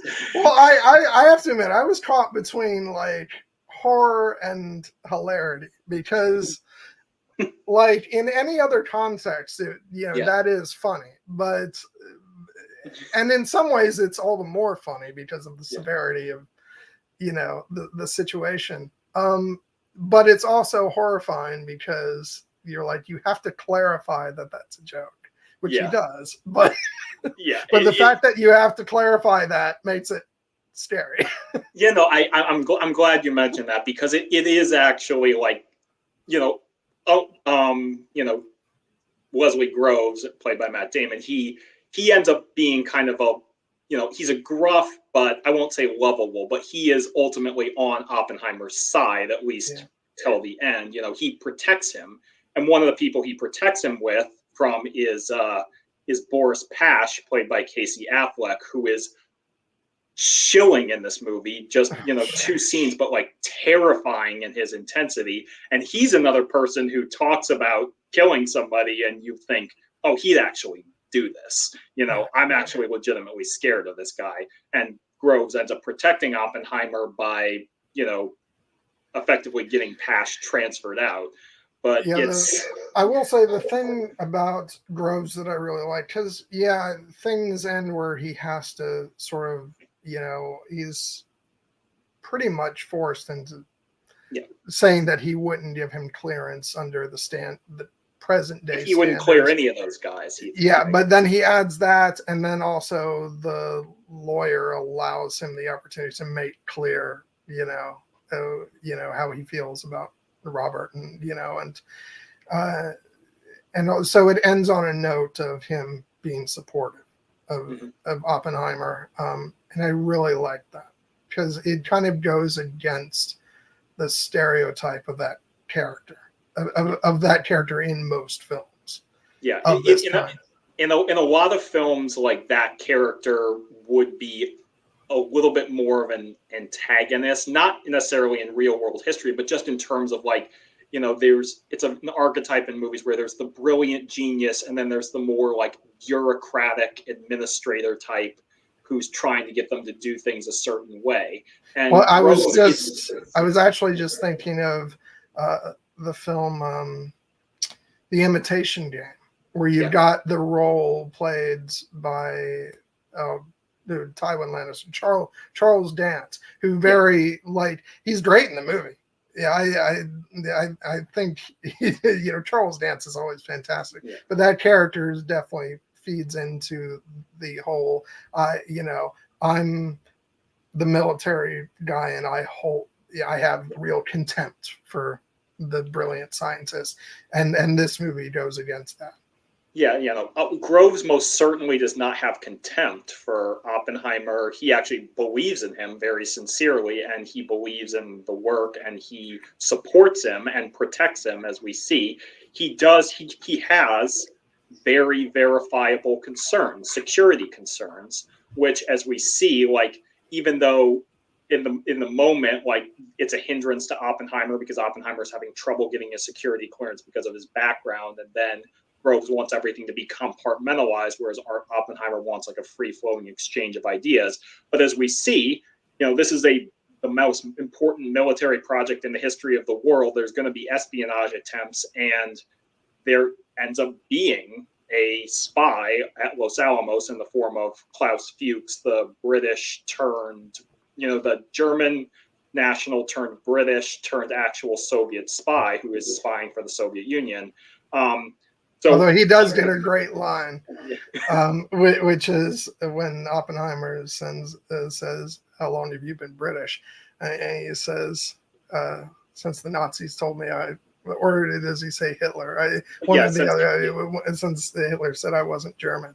And that tells you that, like, he has a story too. It's just that he happened to decided he was actually going to give his loyalty to the Soviets, and that's what I'm talking about. Like, that's a character who really only has like that one moment with Oppenheimer, and then he's probably in the background of some other scenes, and then and then when it's mentioned that he was a spy, but like just even that one moment, that exchange, like, tells you a lot about like him as a person, and makes an imprint on the audience. And that's what's so brilliant about this movie, is like even a character like that who doesn't get very much screen time at all, but just really pops off the screen, even in that small moment. Yeah, and the movie pays attention to him more than you'd think, because, like, for instance, like, Fuchs is on the implosion device that they use to help, trigger the bomb, and that's the piece of intel he ends up passing along to the Soviets. But when they're running the implosion tests earlier in the movie, I did not notice this on my first or second viewing, but on the third viewing, I noticed, for instance, that when they're running the implosion tests, and there are moments where they're all getting prepared to duck behind the barrier, and Fuchs is constantly poking his head up and taking notes, and a couple of the other scientists are like, "Fuchs, get down, stop looking at that." And then you just think like, oh, he needs to get down so he can protect himself. And then you're like, no, that was actually the movie telling us that he's the spy. Yeah, and that stuff that is not really going to register on a first viewing, and that's what's so brilliant. There's a lot of stuff like that. Like, when I watched this the second time, I was like, how on earth did I not know, from the get-go that that Strauss has nothing but contempt for Oppenheimer, because on the second viewing it's crystal clear from the very first moment, but it's just the way that things are played in this movie that just so brilliantly downplays certain things, and and you're distracted by other things, and it's just great. And so I do want to make sure we will like talk about some of the other actors and characters in this movie. Let's talk about, like, we haven't really talked about Emily Blunt yet, and she's just like stunning, and like she's stunning throughout the entire movie, but especially in that one of the final scenes in the hearing, or the it's a trial, whether it's officially called that or not, just where she just, like, nobody gets one over on her, where she's just she's just sort of having treating oh god, what's the character's name, who is another person that we need to played by Jason Clarke. Roger Robb. Yeah, who is a very detestable character. We all know, lawyers like that, and he's taking absolute delight in destroying Oppenheimer, and and he thinks he's going to like have a ball, like completely tearing down and Terry, what's her name's Kitty. Oh, right? Kitty, yeah. Yeah, and like and at first she's like tentative and not responding, and then she's just like that sort of small little almost chuckle that she has under her breath with and she's like I don't like the way you phrased that. Yeah. It's just like, and she ends up really just, owning him really. But she's great, but also like she's a very complicated person. And, there's a bit earlier in the movie where we get where, she's in a place mentally where she's not and taking care of their child, and and there's the scene where Oppenheimer has their friends watch over the children, and he's like, we're terrible parents, and it's and the fact that she's just sort of at the end of her rope at that point in the movie, and then so and their relationship is so very strange and complicated, and in that she seems to like support him fully, but also they're at each other's throats. Well, because of the way that he acts and some things that he does, and so I'm glad you mentioned that term specifically, because I don't necessarily agree with this, but I will acknowledge it as one of the general criticisms that exist against Christopher Nolan's work, because I think he's generally a brilliant director and acclaimed as such. But one of the narratives, fairly, I think, at times, that has emerged about him is, quote, oh, he doesn't know how to write female characters, end quote. You can, that opens up a kind of a big box, but I want to bring it up specifically because I want to talk about the two major female characters we have in this movie, one being Kitty Oppenheimer, played by Emily Blunt, and then perhaps we can segue after that into Florence Oppenheimer as Jean Tatlock. But the reason I bring that up is because archetypically, Kitty Oppenheimer would be classified as the quote-unquote supportive wife character, end quote. And the thing is, she is Oppenheimer's wife, and she is supportive of him. They have a very loving at times and complicated at other times, but understanding relationship. As Oppenheimer says later in the movie, Kitty and I are grown-ups, we understand each other. They know, they are a unit, they are a partner, and while they have a conflicted relationship at times, Kitty is not necessarily an adversary to Oppenheimer. It's just that they lead, they come together by circumstance and they make a life together, but there's friction there. And part of that friction is the fact that it's only briefly mentioned in the movie and we don't really get to see it, which again, some might level as a criticism, although I would say that, the movie does what it needs to do, is the fact that Kitty Oppenheimer is not necessarily just, the supportive wife character.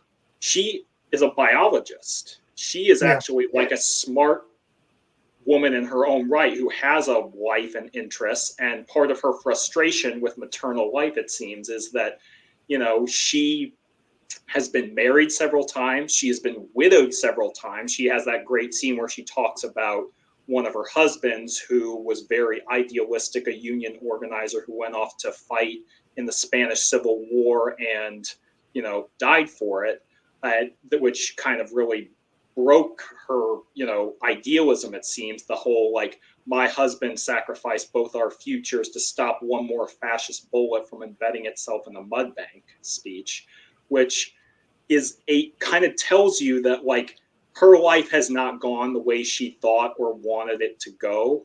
And when Oppenheimer comes into her life, there's a spark, there's a connection there. I really love that scene where they're kind of starting to fall for each other a bit, and they're talking about the forces of attraction and everything.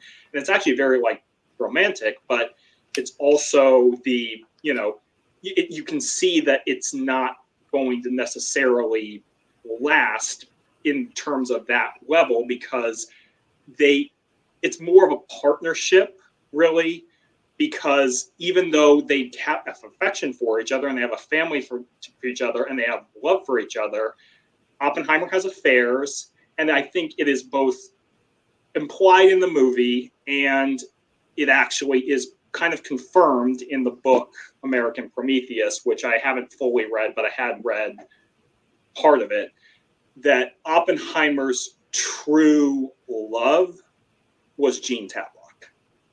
And so that really kind of, when you see that, why there's this kind of undercurrent in the relationship, why there's that friction, because they ultimately are not everything to each other, these two people, and that makes them more interesting, but they care, and Kitty wants him to fight for what they have. That's part of her frustration later in the movie. Yeah, maybe it's good that I've been avoiding online discussions. So I actually didn't know that was part of the discourse of this movie about. I know there had been some issues with the writing of Jean Tatlock's character, but overall about Nolan's writing of female, because I think especially Kitty is phenomenally well written. I agree. I agree. And part of it is, like, and we'll get to this when we talk about Jean Tatlock, part of that is just, this is real history. There's only so much that you can, do. You have to, if you want to tell it accurately, you have to represent it in certain ways. And we didn't necessarily need a subplot about, Kitty's life as a biologist before she met Oppenheimer.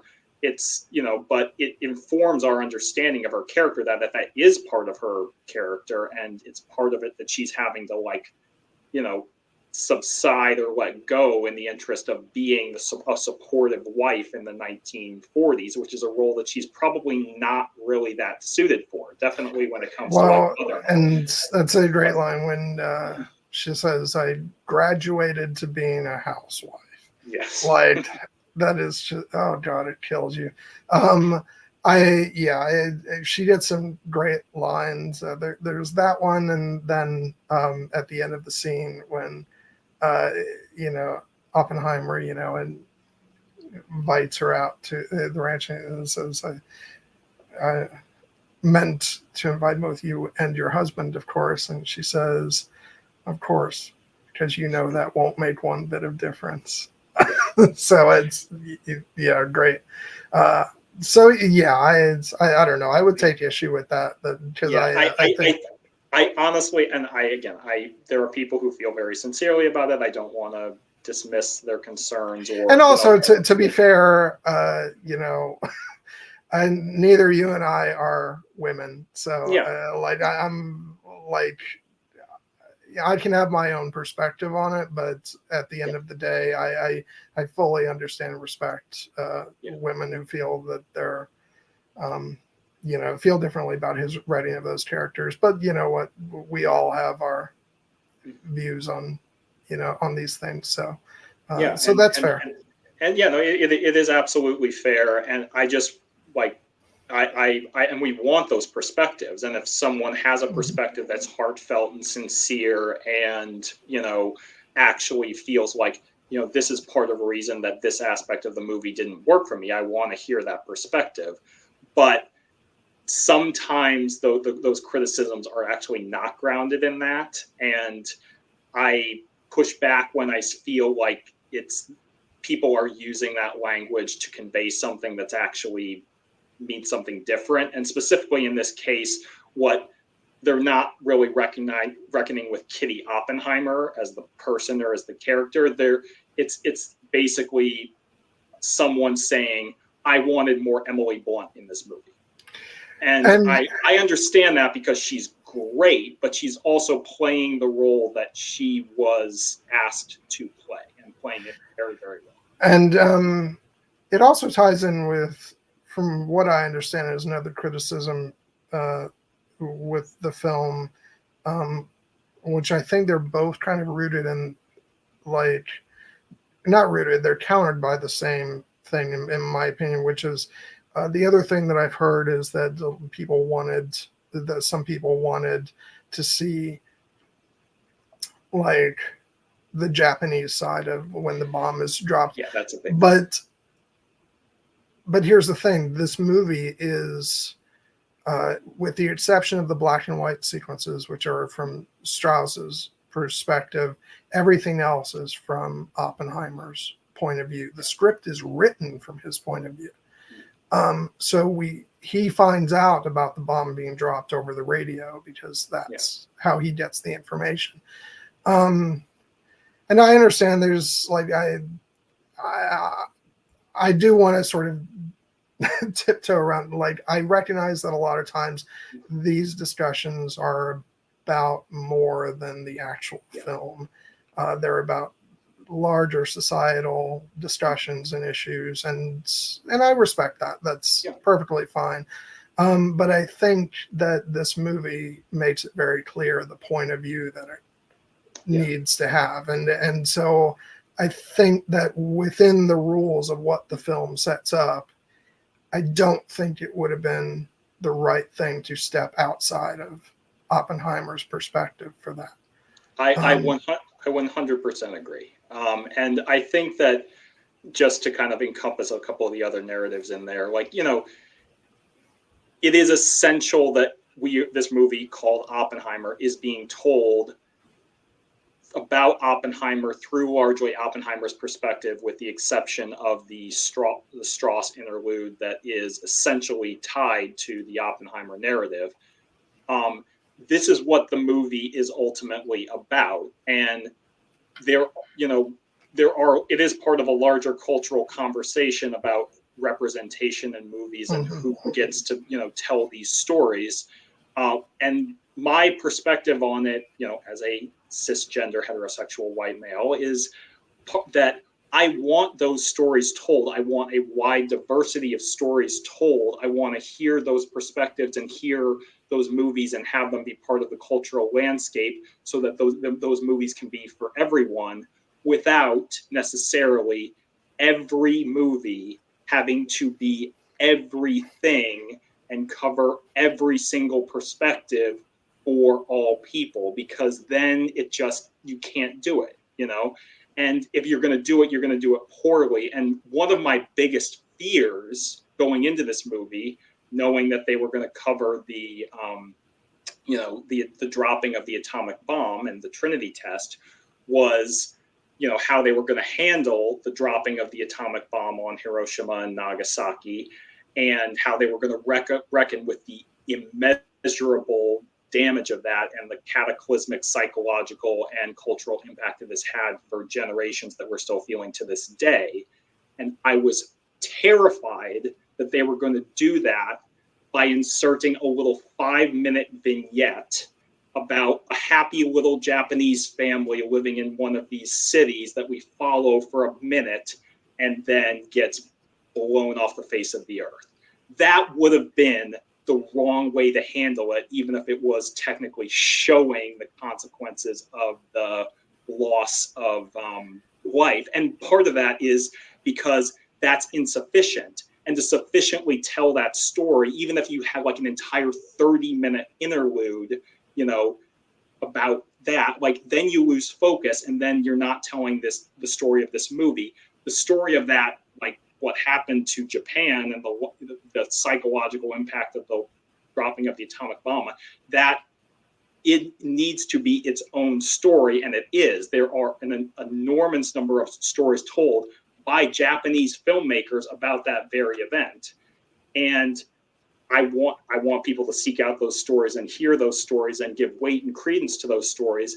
It did not need to be in this movie because, as you say, this movie is about Oppenheimer himself, and the movie does reckon with his terrible guilt and understanding of what it means to have been the father of the atomic bomb that killed, as they do mention, over 200,000 people.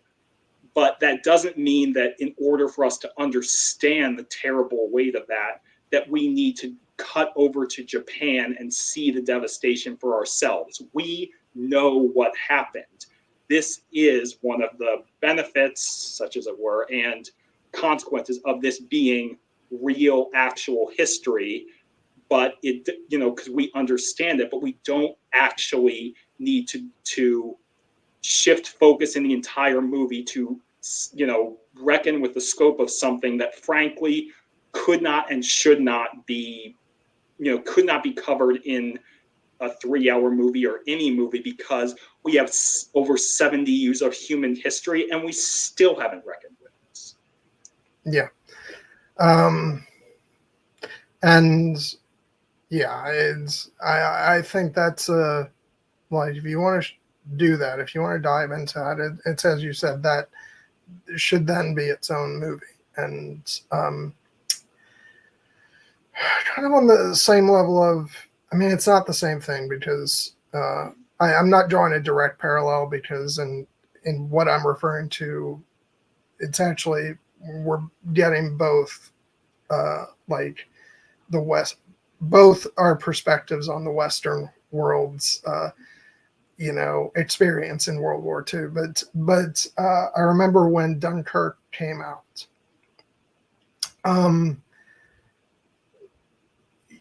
there's that bit at the end, towards the end, where the character is reading Churchill's speech, his famous speech, reading from a newspaper over like a montage of stuff.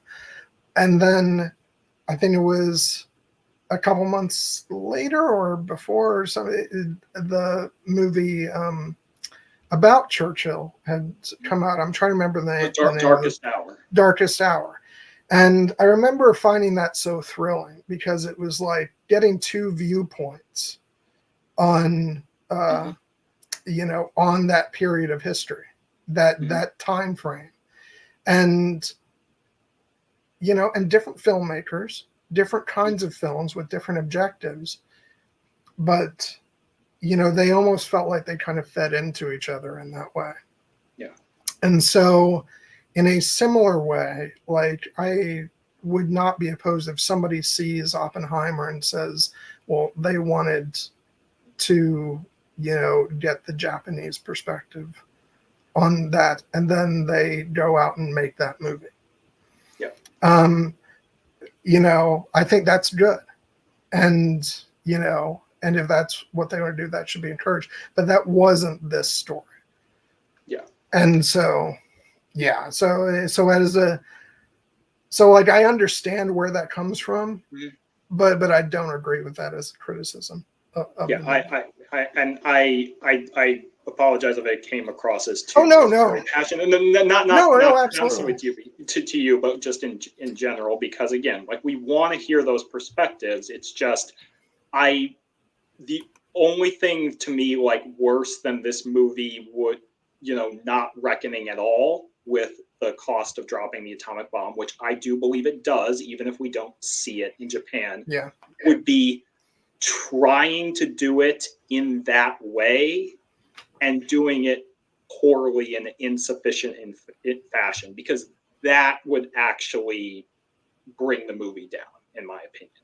And so I want them, I would love to see effectively a companion piece to this movie that, preferably by a Japanese filmmaker, who could tell their own story. I could actually, not to be facetious about it, but there is a movie out right now called Godzilla -1, which I have yet to see, but I want to see, which is specifically about, Japan in the aftermath of World War II, reckoning with the cost of everything that has happened, including, with Godzilla, of course, being an allegory for the devastation wrought by atomic weapons.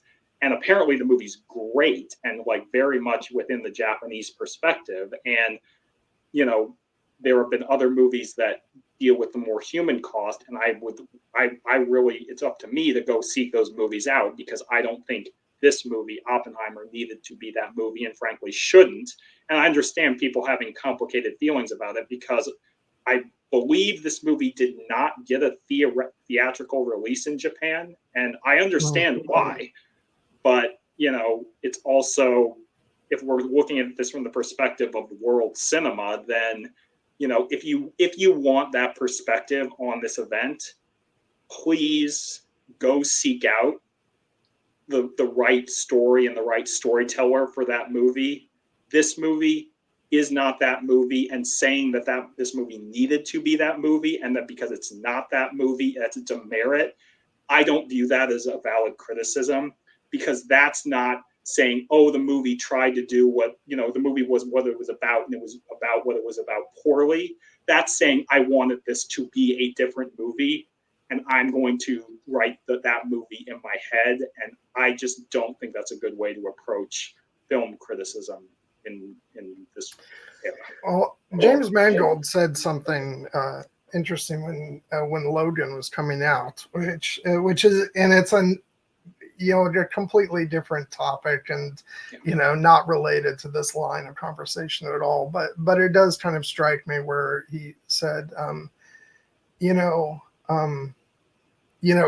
especially as it relates to comic book films, the tendency is to try and make a movie that will, and I'm not like, this is not me going against, like the MCU or anything like that, but he did say, and the tendency with those movies is to try and make a movie that will appeal to everyone. Yeah.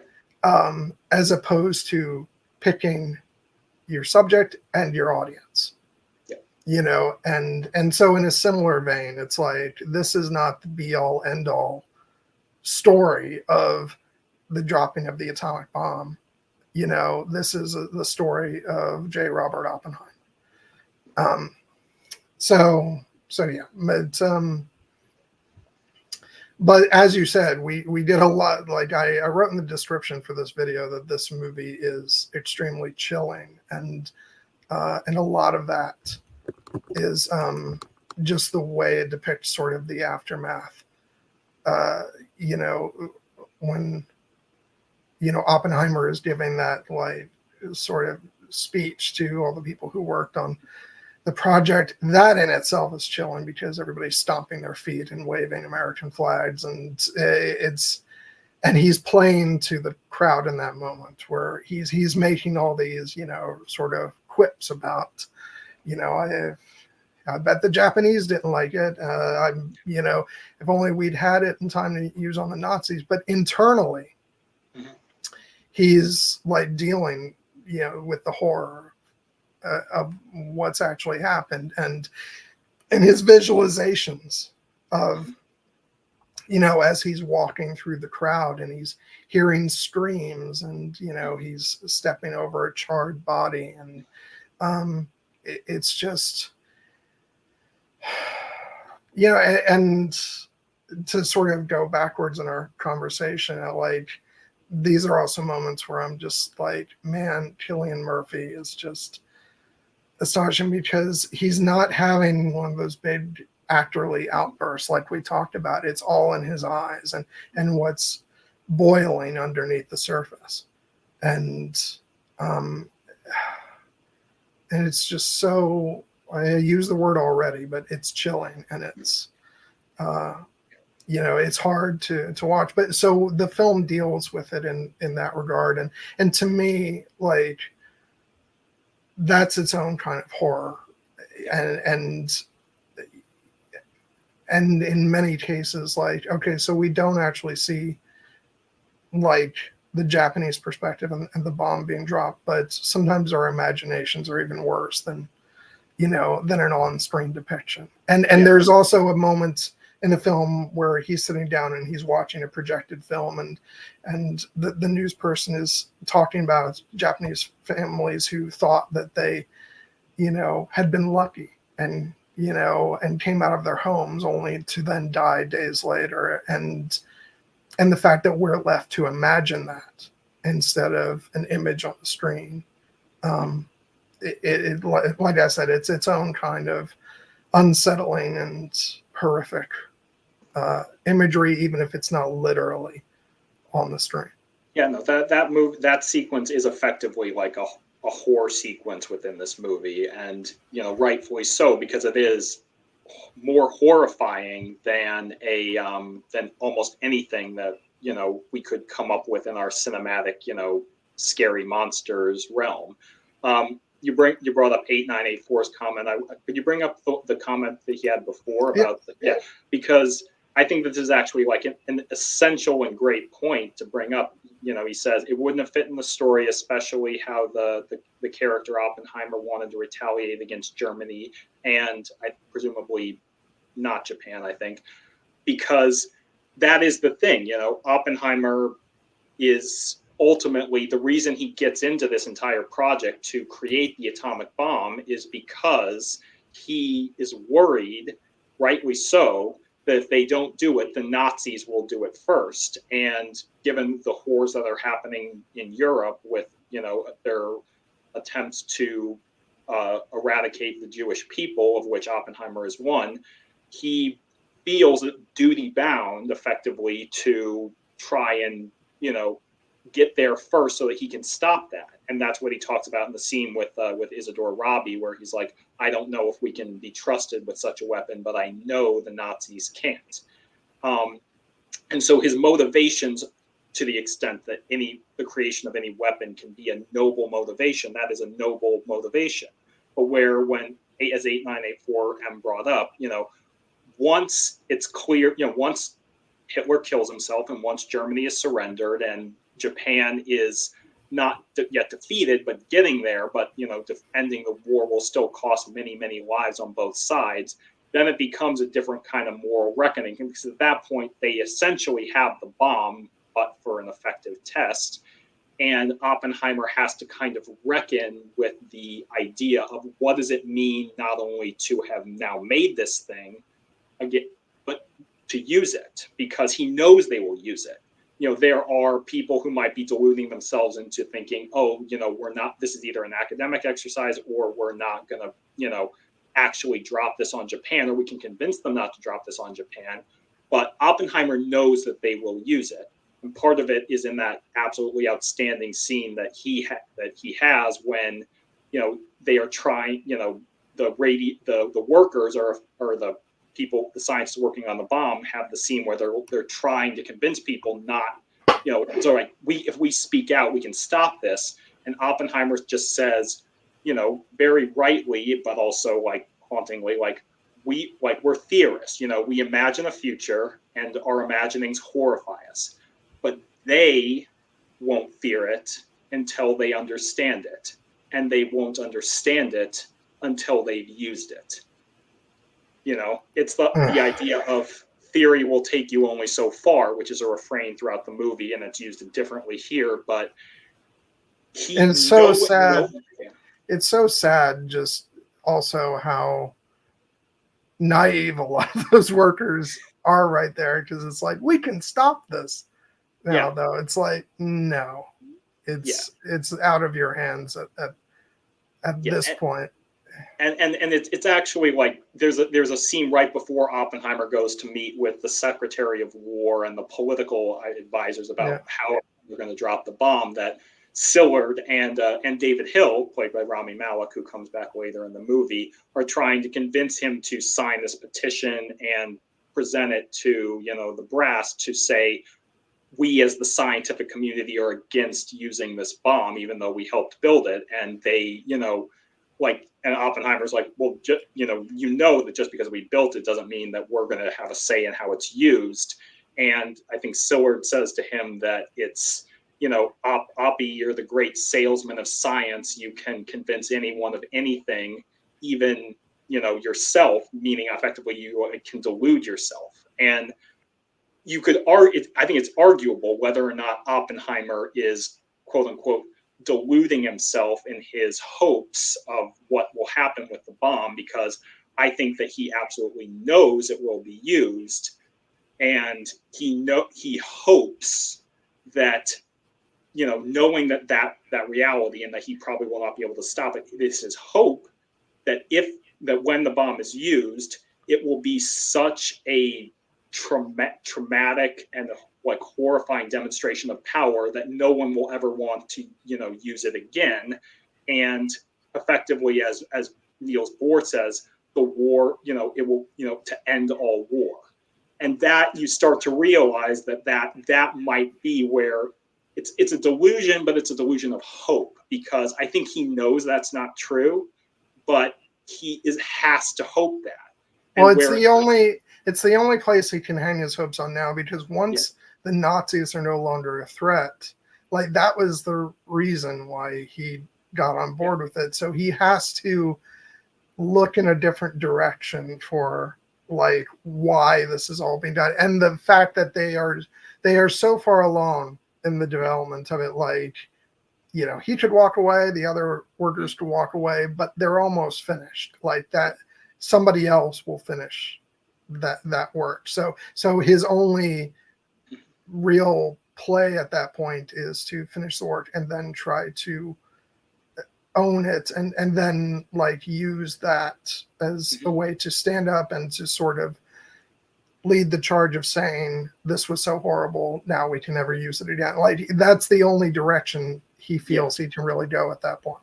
Yeah, no, and he learns that lesson the hard way, because effectively, after, in the immediate aftermath of the dropping of the bomb, he is feeling racked with tremendous guilt. And there's that wonderful scene, or terrifying, actually horrible scene in a lot of ways, but very well done scene with President Truman, where he goes in there and he tells Truman he feels like he has blood on his hands, and the hope, because that's how he honestly feels. Oh, and the way Truman just takes out the handkerchief and just tells him, like, they won't remember who dropped the bomb, or they won't remember who made the bomb. They will remember who dropped it. I did. Yeah.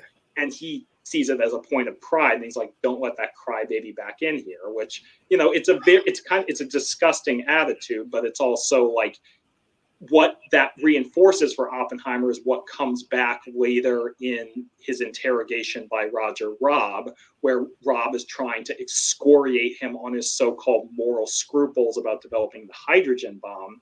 And he thinks it's just because Oppenheimer wants to own the intellectual achievement without any of and like stop the bomb because of vanity, and because he thinks that he can like control or own this. But then as he's pillorying him, and as you see Cillian Murphy as Oppenheimer get like more and more like just tensed up with being like eviscerated like this, but he comes back, and when Rob like demands like why, like where did this come from, Oppenheimer finally bursts out his one like emotional outburst of the movie, and he says, when it became clear to me that we intended to use any weapon that we had.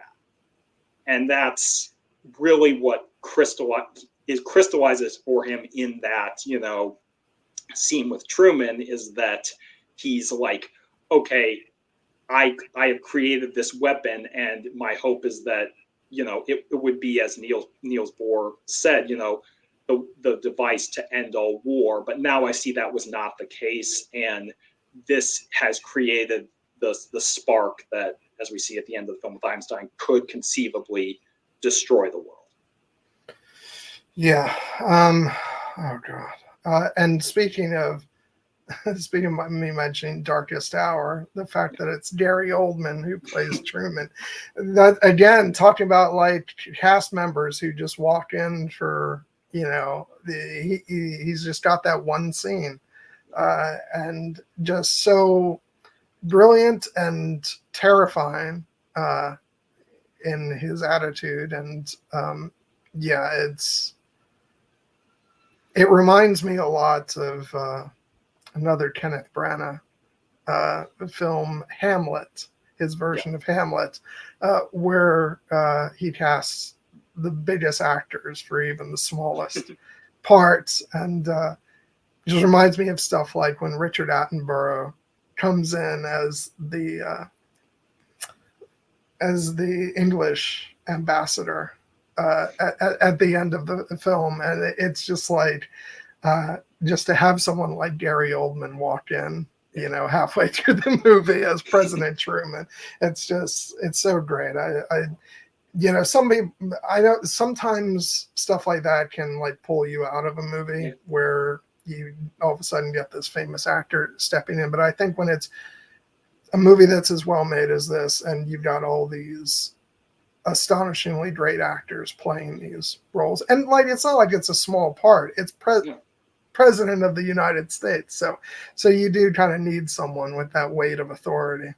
Yeah, and he's not like, I mean, we know it's Gary Oldman, but like they make him up. It's not Gary Oldman playing President Truman. He's like, they try to make him look more like it, and it echoes Darkest Hour, which Gary Oldman won an Oscar for.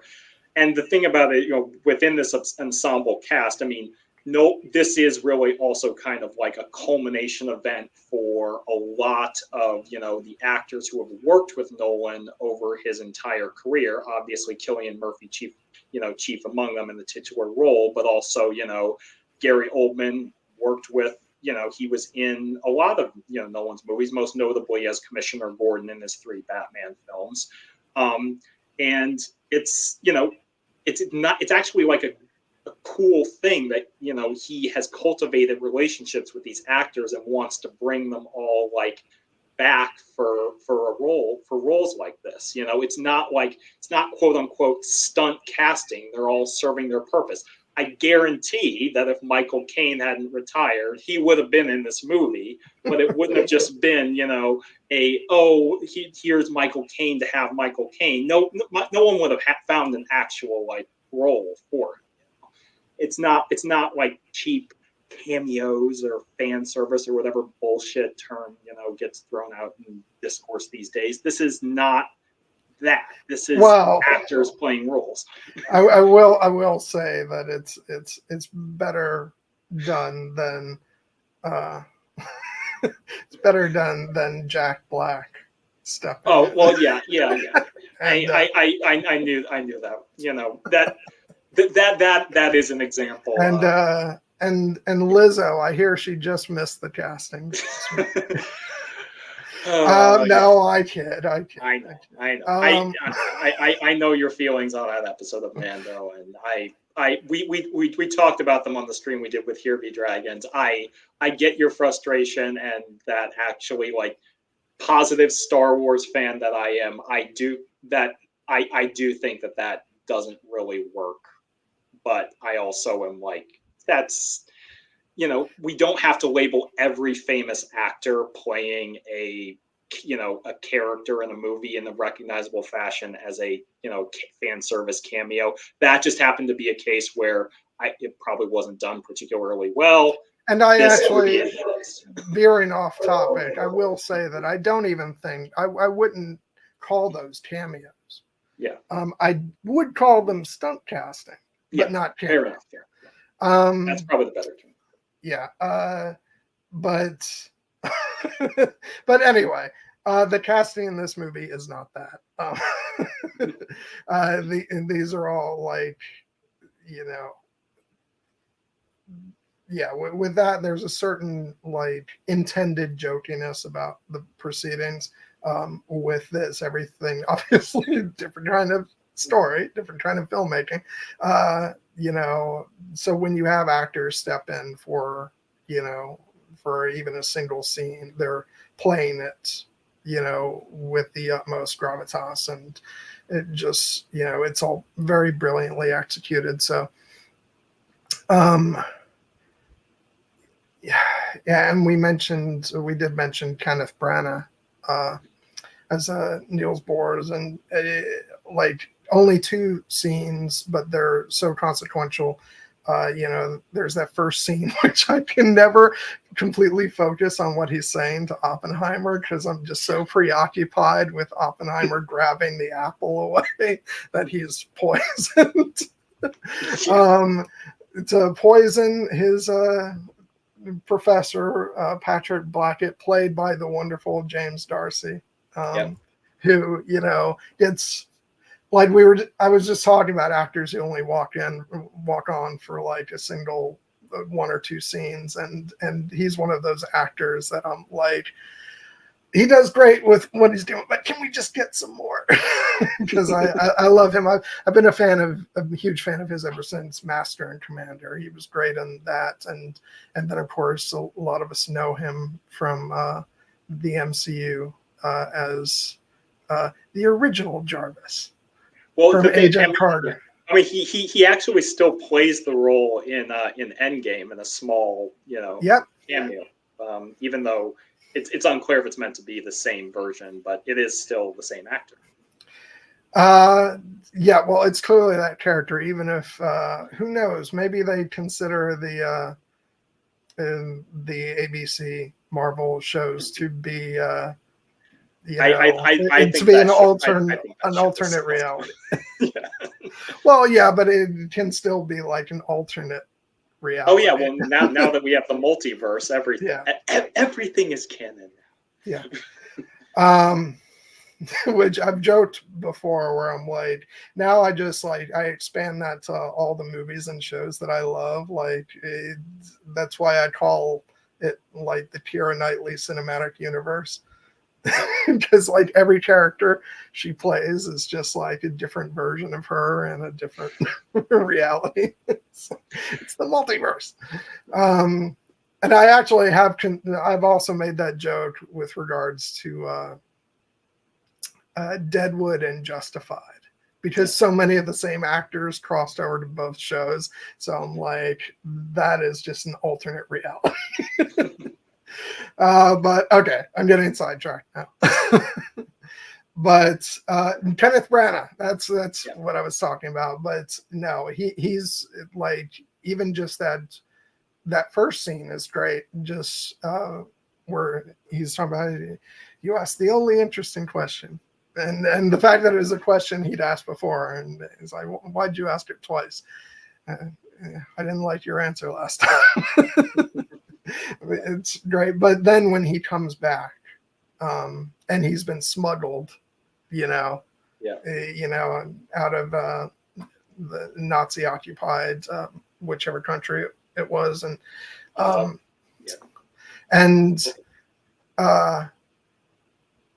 just the fact that he's like, is it big enough to end the war, to end all war? It's just great. And the fact that it's very crafty what Bors does there, where it's like, Robert assumes that he's gonna join in the project, but like he's smart because like it's almost done. So he's going to do a very crafty thing, which is he's going to help lead the charge against its further use. But he's not going to have his name on the actual creation of it. Very, very crafty and very smart. But he has like an actual like warmth and sincere relationship with Oppenheimer. It's not like he's like, I want no part of whatever y'all are doing. He's like he knows how important this is. Yeah, he said, I knew you could do it without me. You knew you could do it without me, but he also like he's the one, like he's Oppenheimer's hero essentially. Like Oppenheimer reveres this man.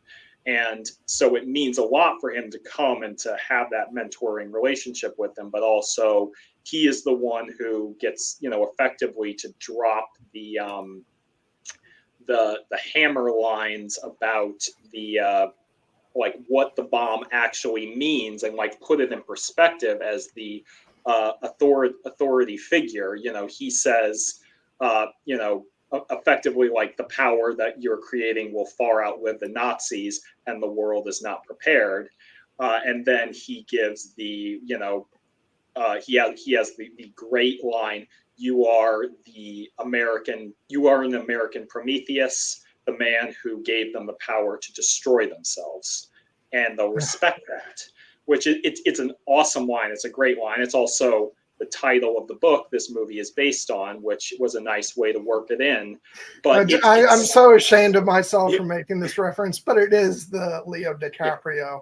Yeah, no, it is. But the thing is, it doesn't feel forced in that way, because it's, it is thematically resonant and powerful, because lest we forget, how does this movie start? It starts with the title card, the quote that it's not attributed to anyone, but it's the pronouncement that hangs over the whole movie of Prometheus stole fire from the gods and gave it to man. For this, he was chained to a rock and tortured for eternity. And that is the myth of Prometheus is it's a powerful idea in our collective cultural mind for a reason, because fire is power. House of the Dragon, Game of Thrones reference right there. But it's also Prometheus was in effect he made a tragic sacrifice, because he's like, this power that belongs to the gods, it should it's not right. It should belong to man.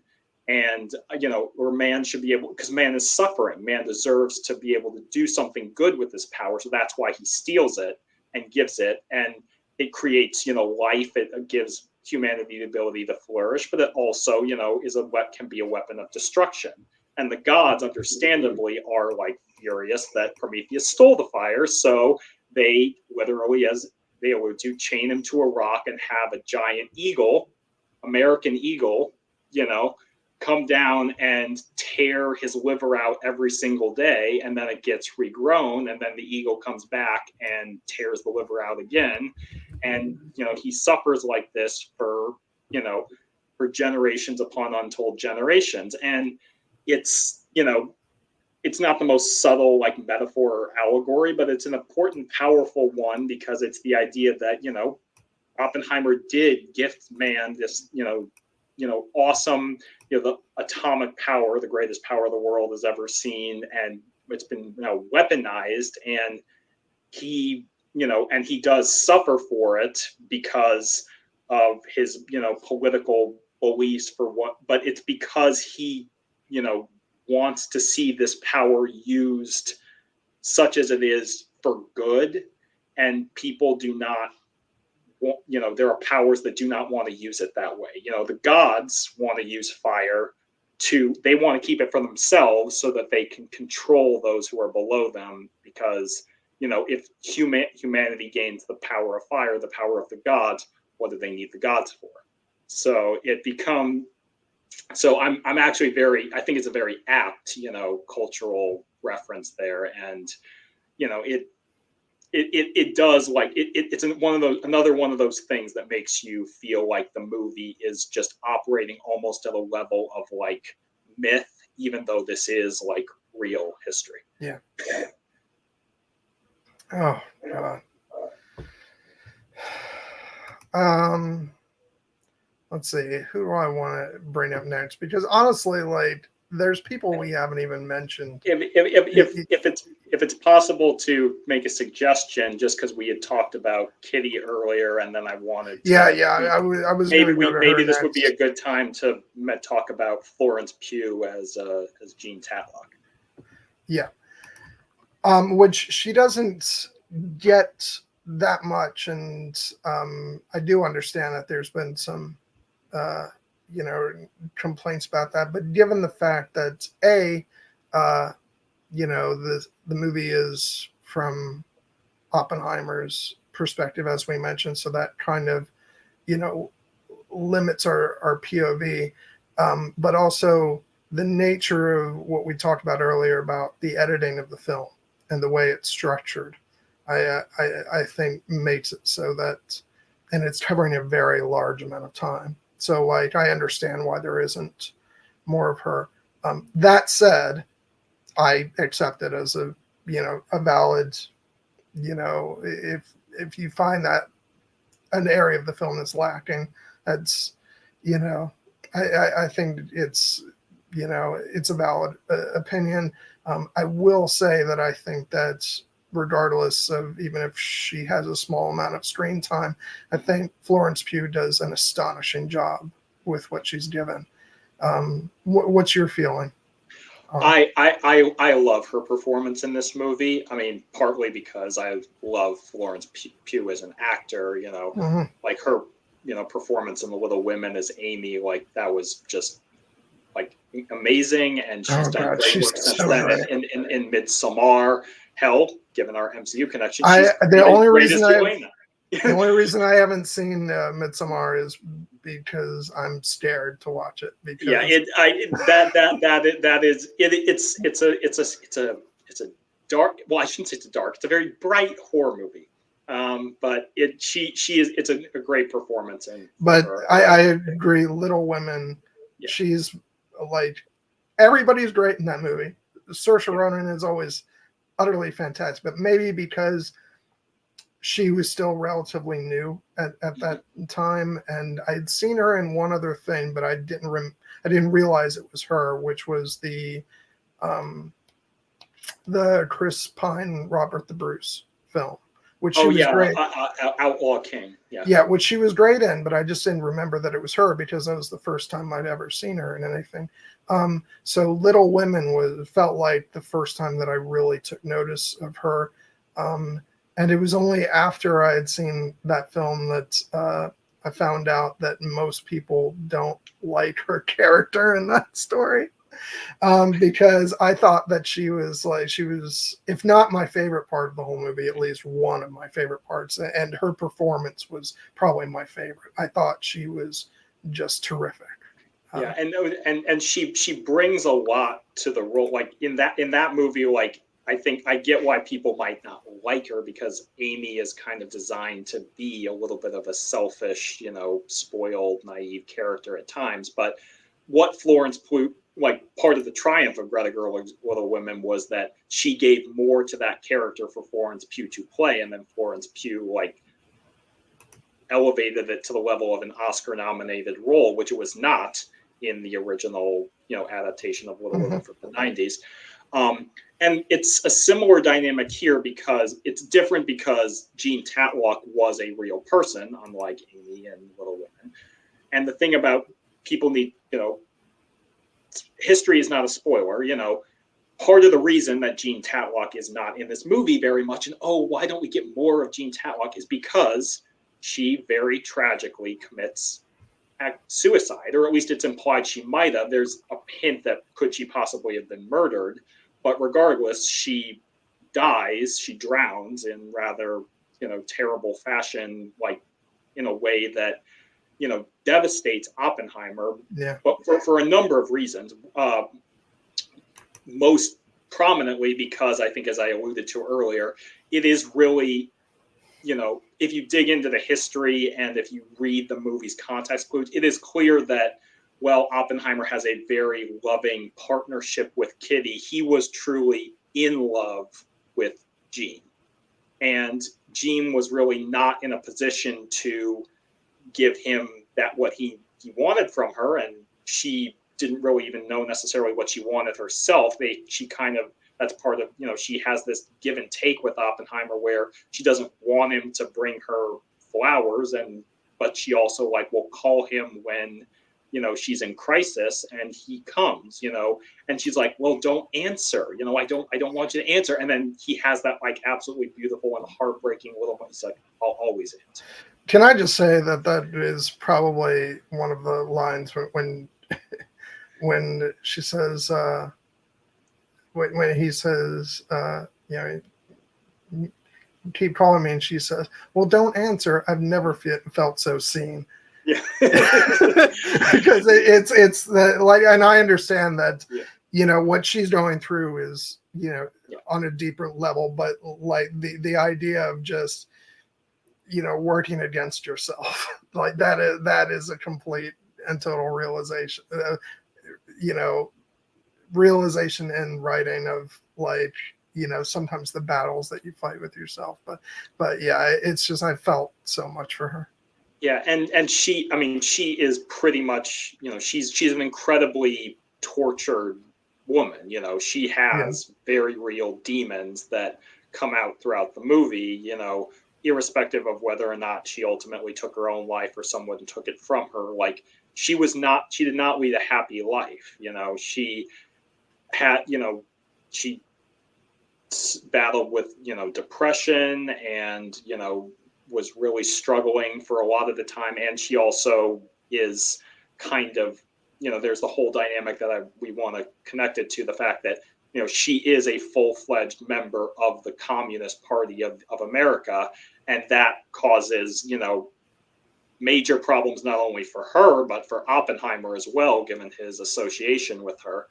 But you can all see from their initial meeting and from the scene where they're together in the bed, the bedroom, being intimate, that like these two are actually much more like intellectually like compatible with each other in that way. Like they have a give and take that really like just sparks off the screen, and you can tell that like you can see why they're so attracted to each other, but you also can understand why perhaps they wouldn't have necessarily the healthiest relationship. But that doesn't, the heart doesn't, the head doesn't rule the heart in this case. Oppenheimer clearly still loves her, and she loves him, even if she doesn't, know how to be that, stable 1940s, 50s wife that he needs.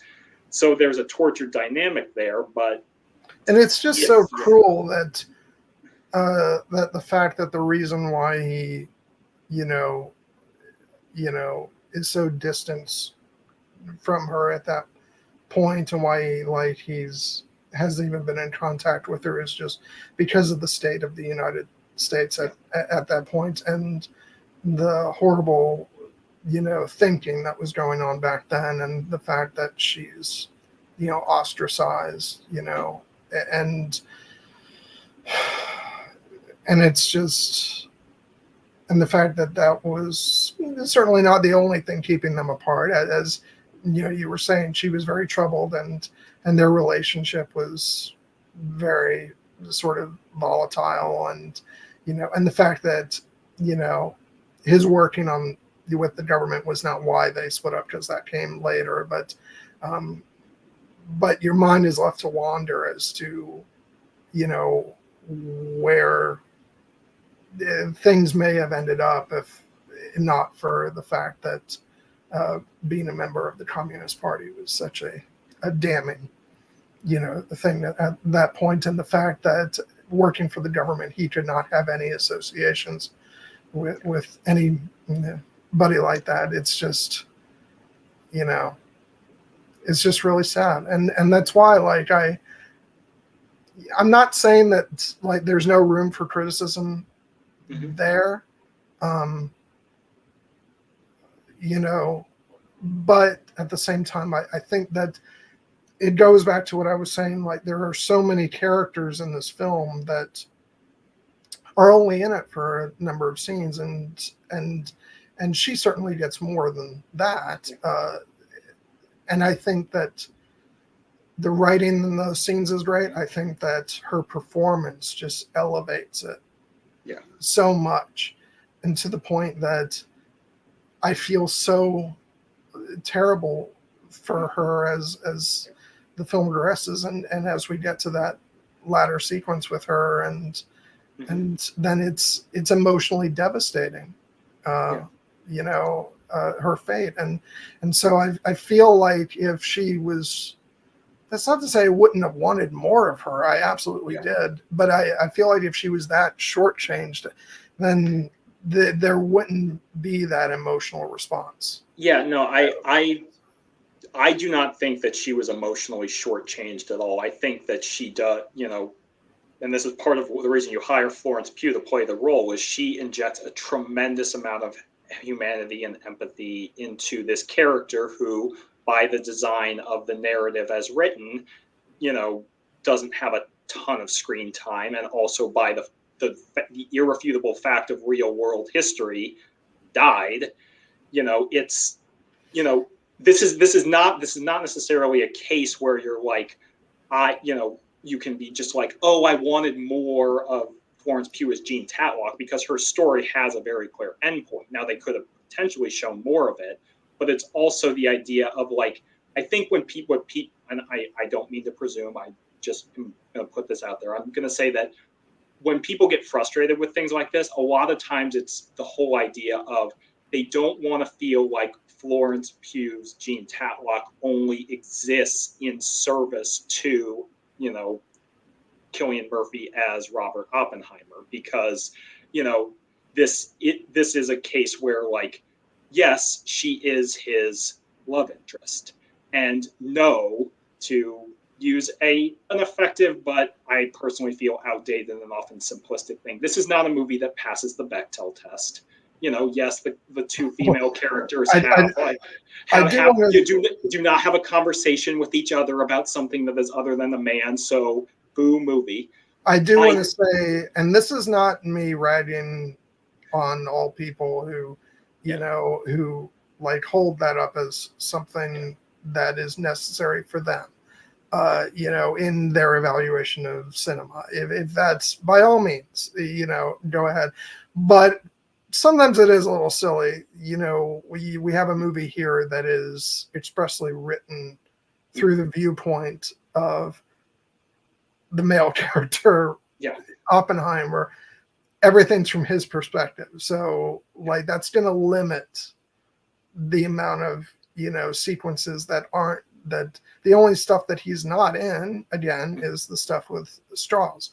What I was kind of chuckling about was, and I apologize to whoever I'm referencing, because it was somebody on social media who I think is in our Twitteros circle. I love you all, so don't take this personally, whoever this was, but somebody was watching Master and Commander for the first time, and I think it was said as a joke, but they were like, this movie definitely isn't going to pass the Bechdel test. Like, I know that was a joke, but it's like you're going into a movie about, sailors at war, during the Napoleonic Wars. It's like, of course it's not. That's another case of like wanting a movie to be something that it necessarily isn't, and this is again one of the reasons. And like I said, I'm almost positive it was just a joke. So whoever it was, we're not picking on you, swear to God. Yeah.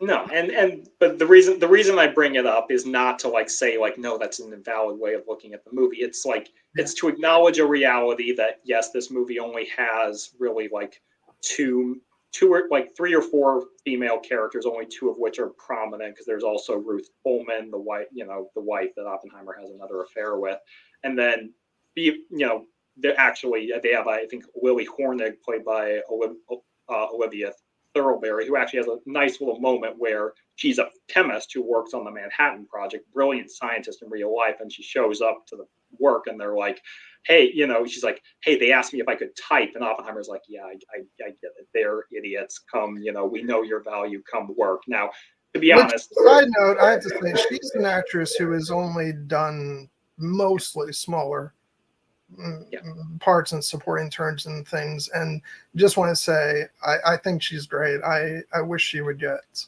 more work. I loved her in Dread. By the way, that was with Carl Urban and Lena Headey. Yeah, I actually haven't seen it, which I'm shocked that I haven't gotten around to seeing that yet, because just for the cast. But the reason I bring that up is like that's an example, of a woman facing sexism in the workplace that the movie probably could have explored a little bit more, but also it's a reality of the fact that it's, at this time that it was a very male dominated, industry. It's, unfortunately, it still is. And, they were combating that, but that was not what this movie was particularly about. It's, not to open another, point of potential controversy, it is also notable that this movie has essentially no major black or actors in speaking roles. You see a couple in the background, but it's also like, guess what, guys? There probably weren't a lot of African Americans who had been given the opportunity to see theoretical physics in 1940s America. It's just a reality of the way the movie. It's not the movie saying like that. That's right. It's a reality that's reflected in the cast.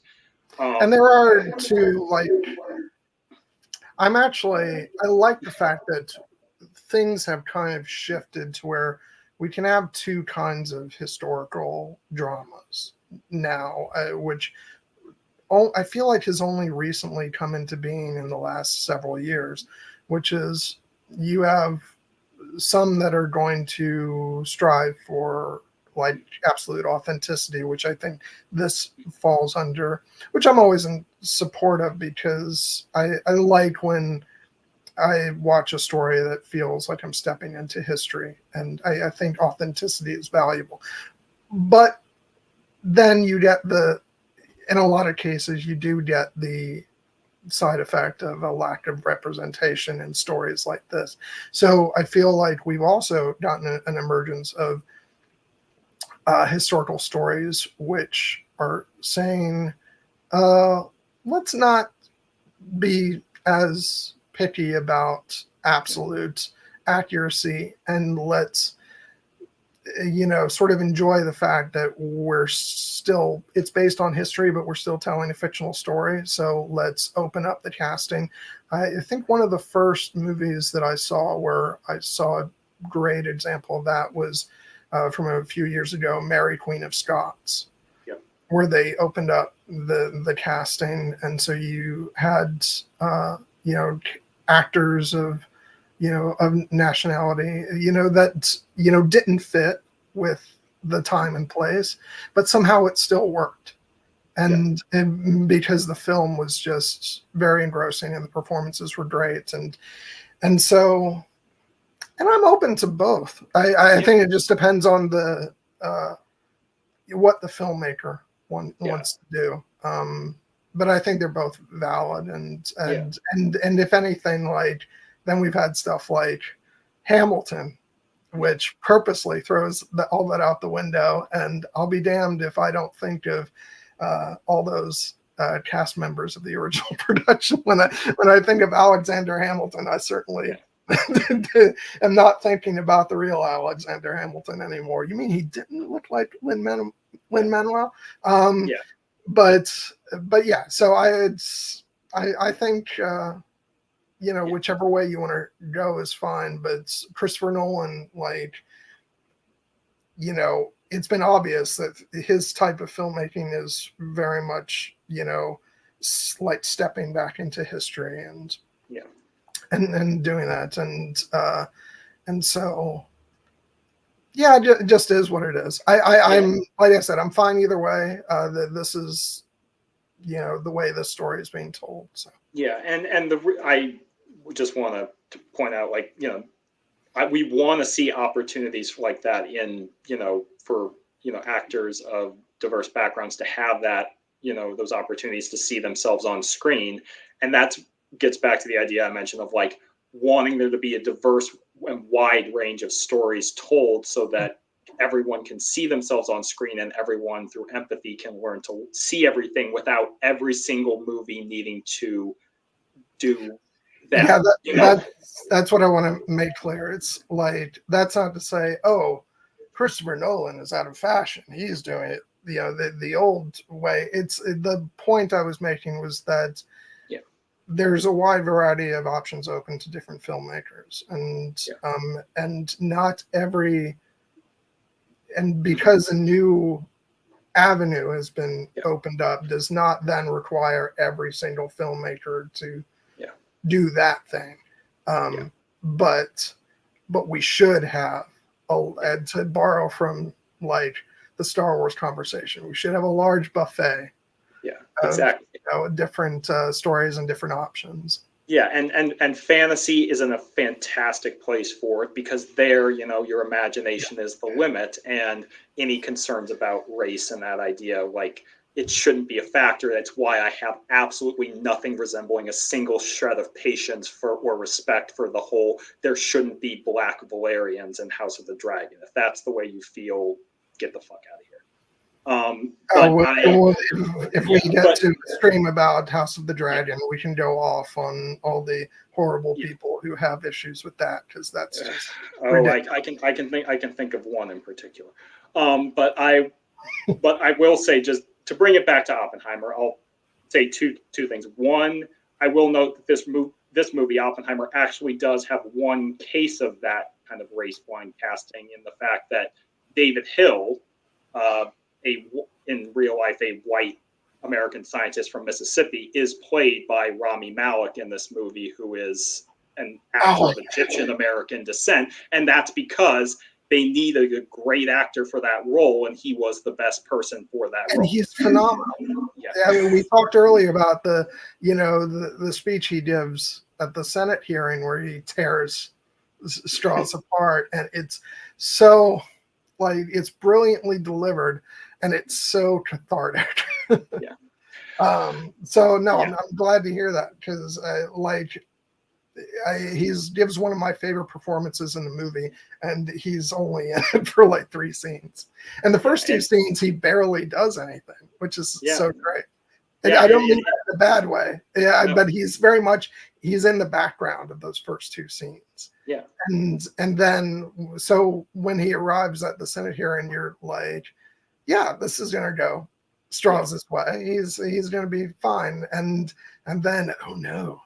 Yeah, it's what you alluded to earlier. It's a great example of like Nolan wanting to use the real life historical figures in the roles that they actually played, instead of creating like a combined composite character and having another character who was more prominent in Oppenheimer's story take that role.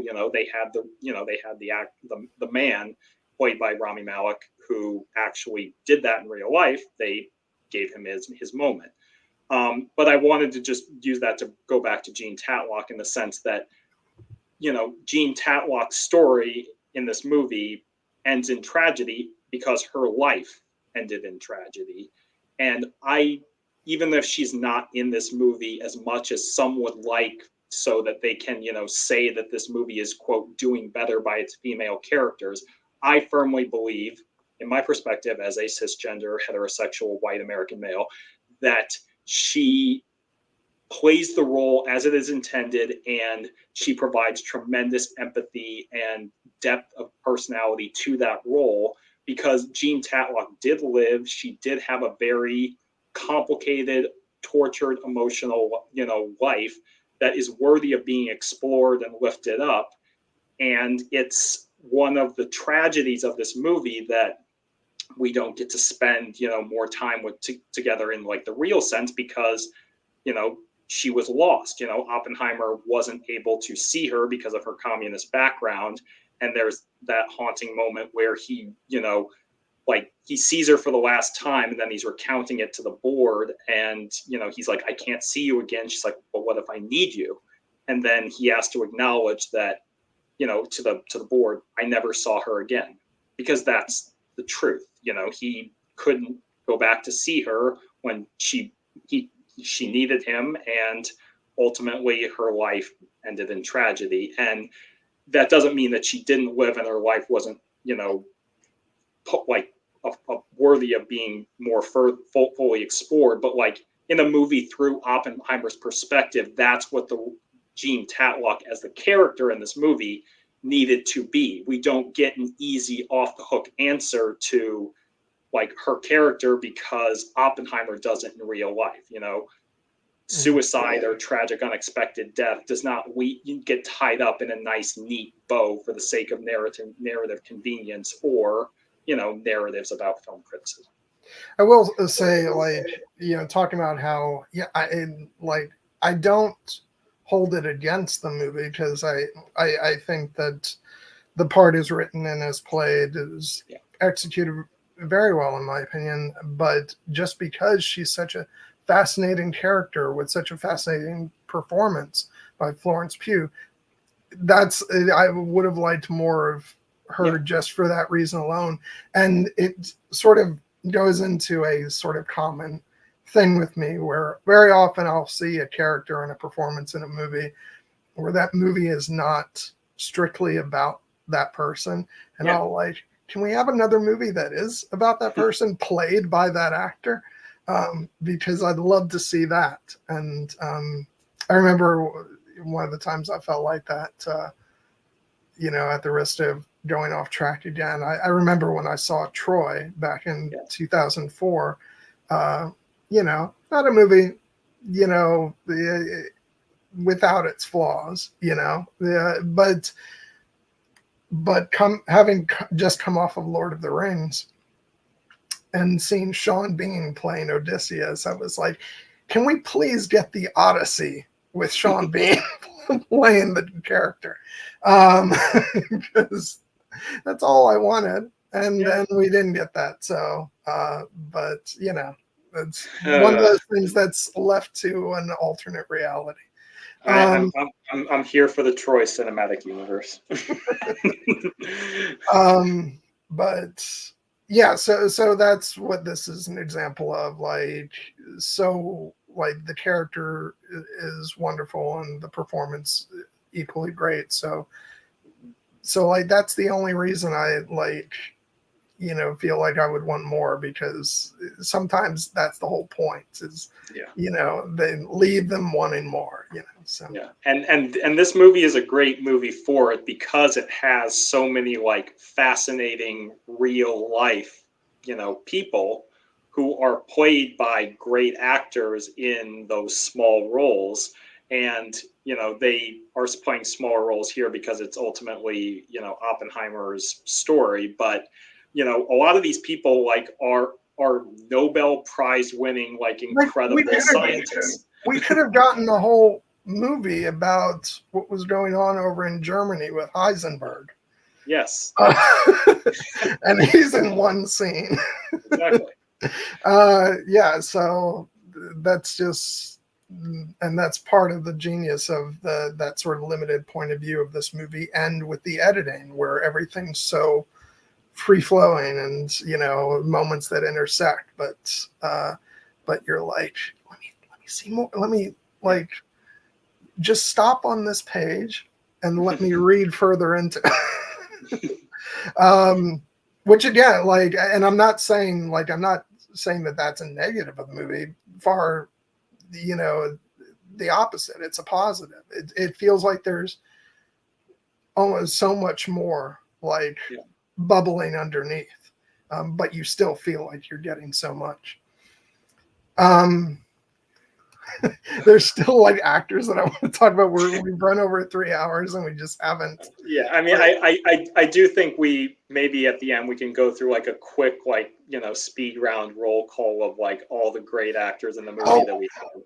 Oh God, I gotta mention David Krumholtz. Oh yeah.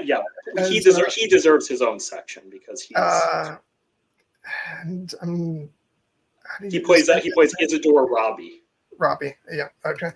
I have loved this guy ever since the Santa Claus.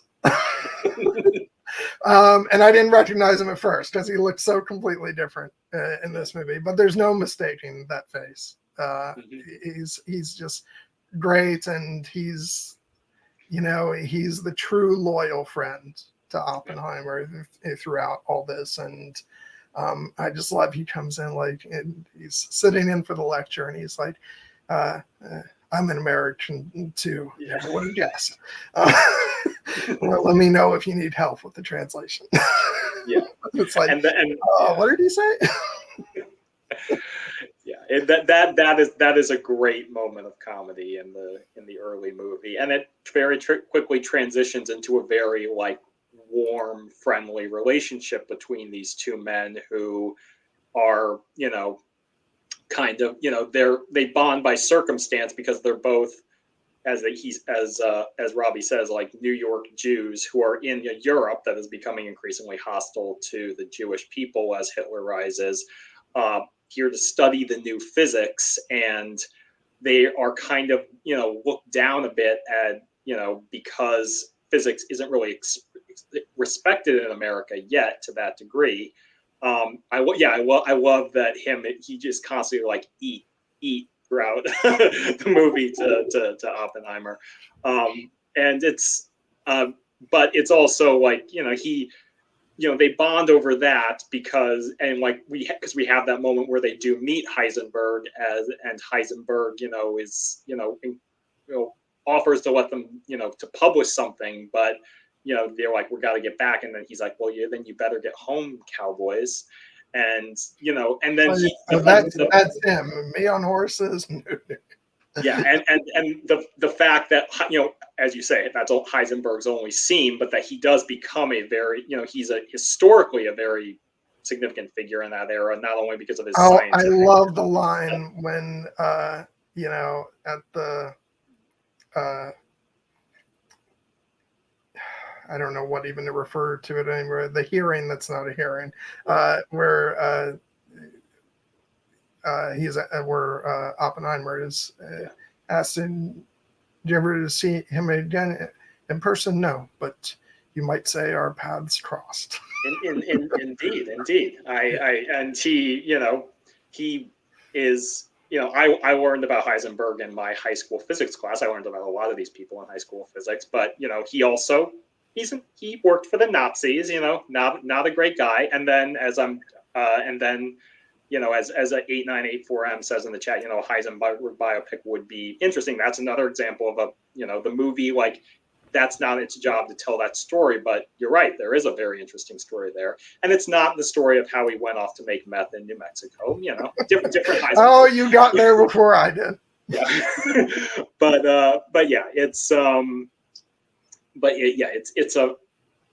all those little moments, but with specifically Oppenheimer's relationship with Robbie, it's so so warm and friendly, and it is and the two understand each other on a way that few characters do in the movie, especially like another kind of key figure we haven't mentioned, Ernest Lawrence, played by Josh Hartnett.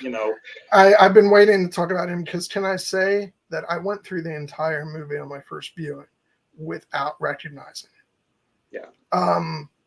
When I was sitting watching the credits of the movie and his name came up, I was like, what? Where was Josh Hartnett? He wasn't in the movie.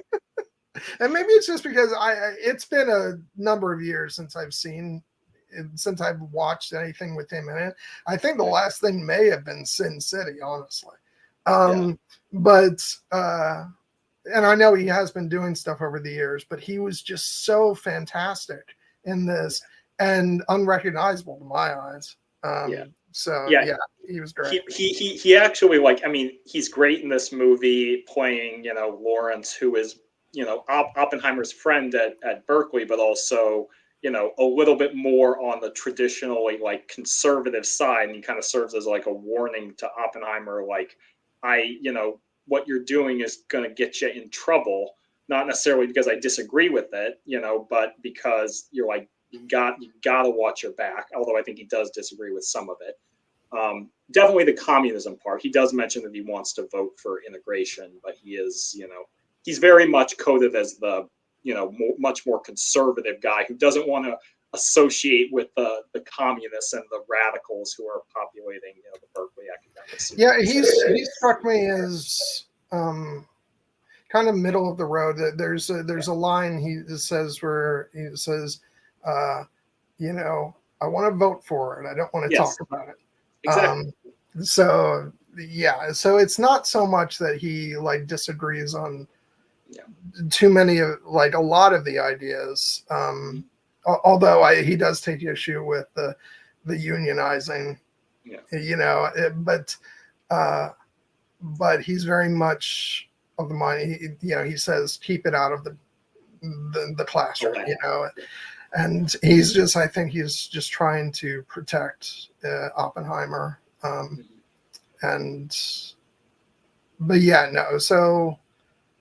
It's a very interesting character and performance, but I'm just constantly blown away by the fact that I didn't even know who it was. It actually, we talked about the Banshees of Inisherin next week. It actually reminds me a little bit of Colin Farrell, because Josh Hartnett very much was in that similar, playing like the leading man, or specifically like the heartthrob kind of area, character. And now that he's a little bit older, he's getting to play different types of roles, and you can actually see that, he's not just the dude from 40 Days and 40 Nights. He is he's an actual serious actor right now, and he's really good in this role. So which I always also, I have to say, I really cracked up. I have to look for his name. I cracked up seeing Jack Quaid as Richard Feynman. Yes, because I've been watching Star Trek Lower Decks, and he's in that, and he's such a silly character. And of course, I saw him in live action, and when he crossed over onto Strange New Worlds, in which he was just having so much fun playing ridiculous. And so I saw him in this, and I'm like, who are you trying to fool? You're not that straight-faced guy. But no, he's like, he doesn't get much to do, but like all the actors, he does a great job. And but I did just have an LOL moment. But like so many, like I don't even like Scott Grimes is counsel to Strauss. You got Matthew Modine as the head of the Office of Scientific Research and Development. Tony Goldwyn as the government official at the it's Dane DeHaan as who does a great he does a great job playing like icy kind of cold military. We talked earlier about how Groves is like on Oppenheimer's side. We see Nichols very much not on his side. David Dalmatian playing Borden, another kind of like oily kind of antagonist. I'll just rattle off. And he's a Christopher Nolan veteran as well, because he was at the very least, I know he was in The Dark Knight. And he more famously probably in the Ant-Man movies, which is hilarious. He's been in lots of other things. Like I said, these are just all these phenomenal actors. Let's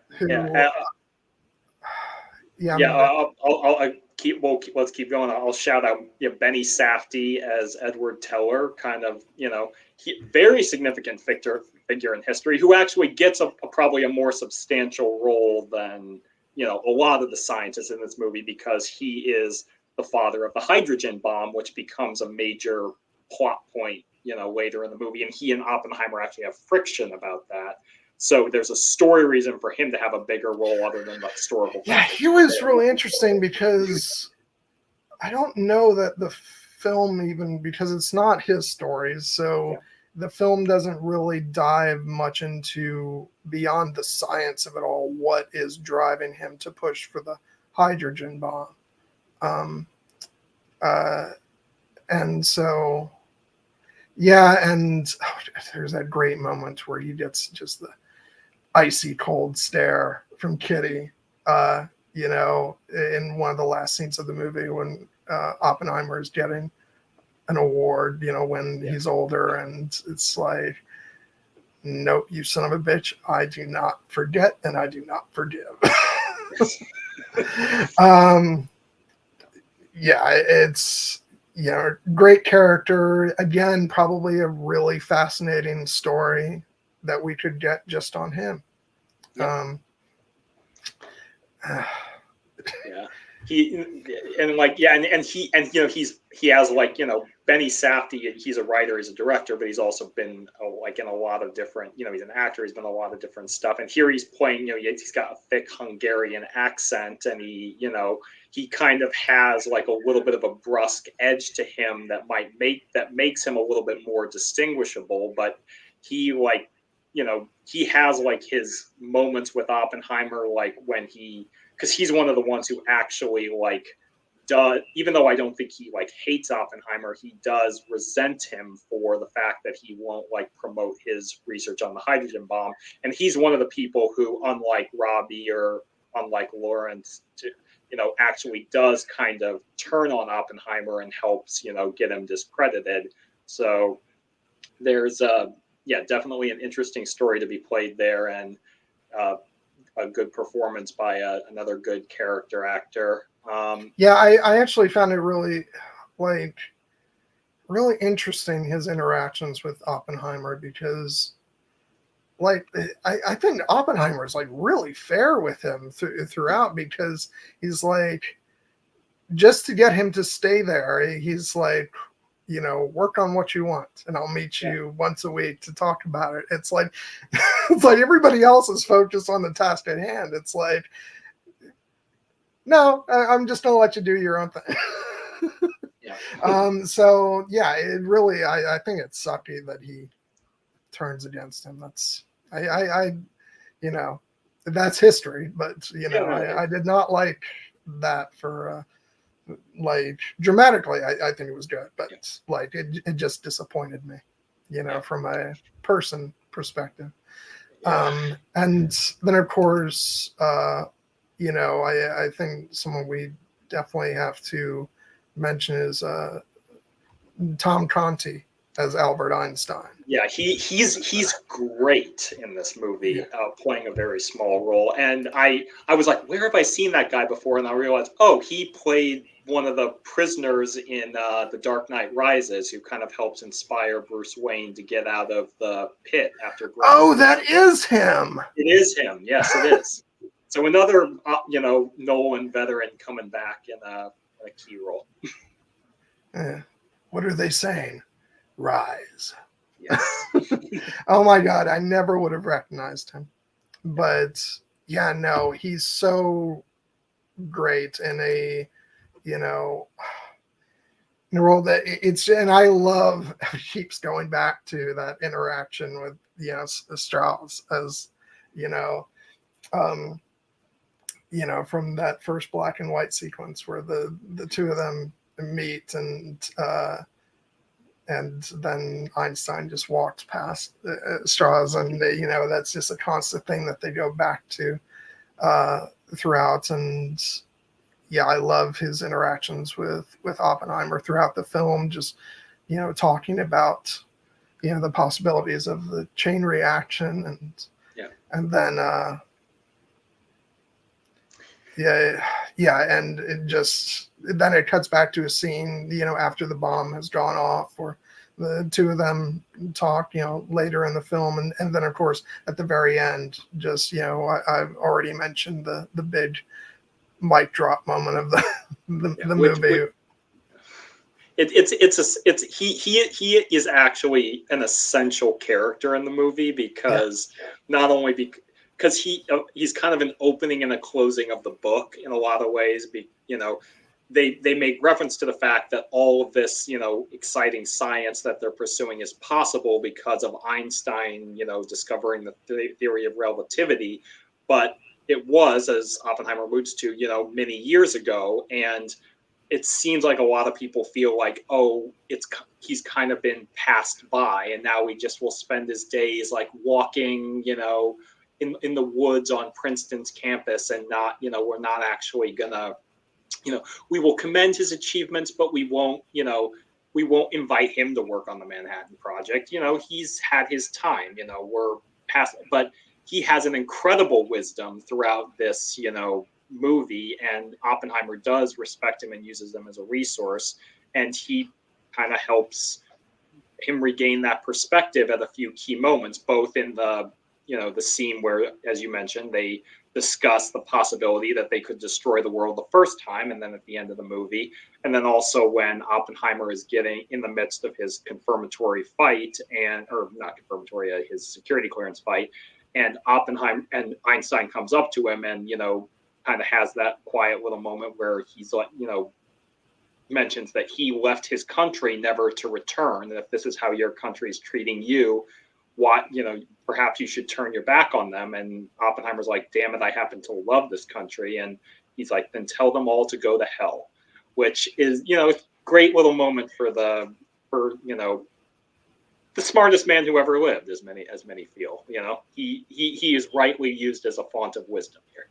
Well, it's funny because, and I think it was my godmother's husband who I went to go see the movie with. And I talked about like sort of not always having a full picture of history, and I think it was him that said it. Either that or I read it online.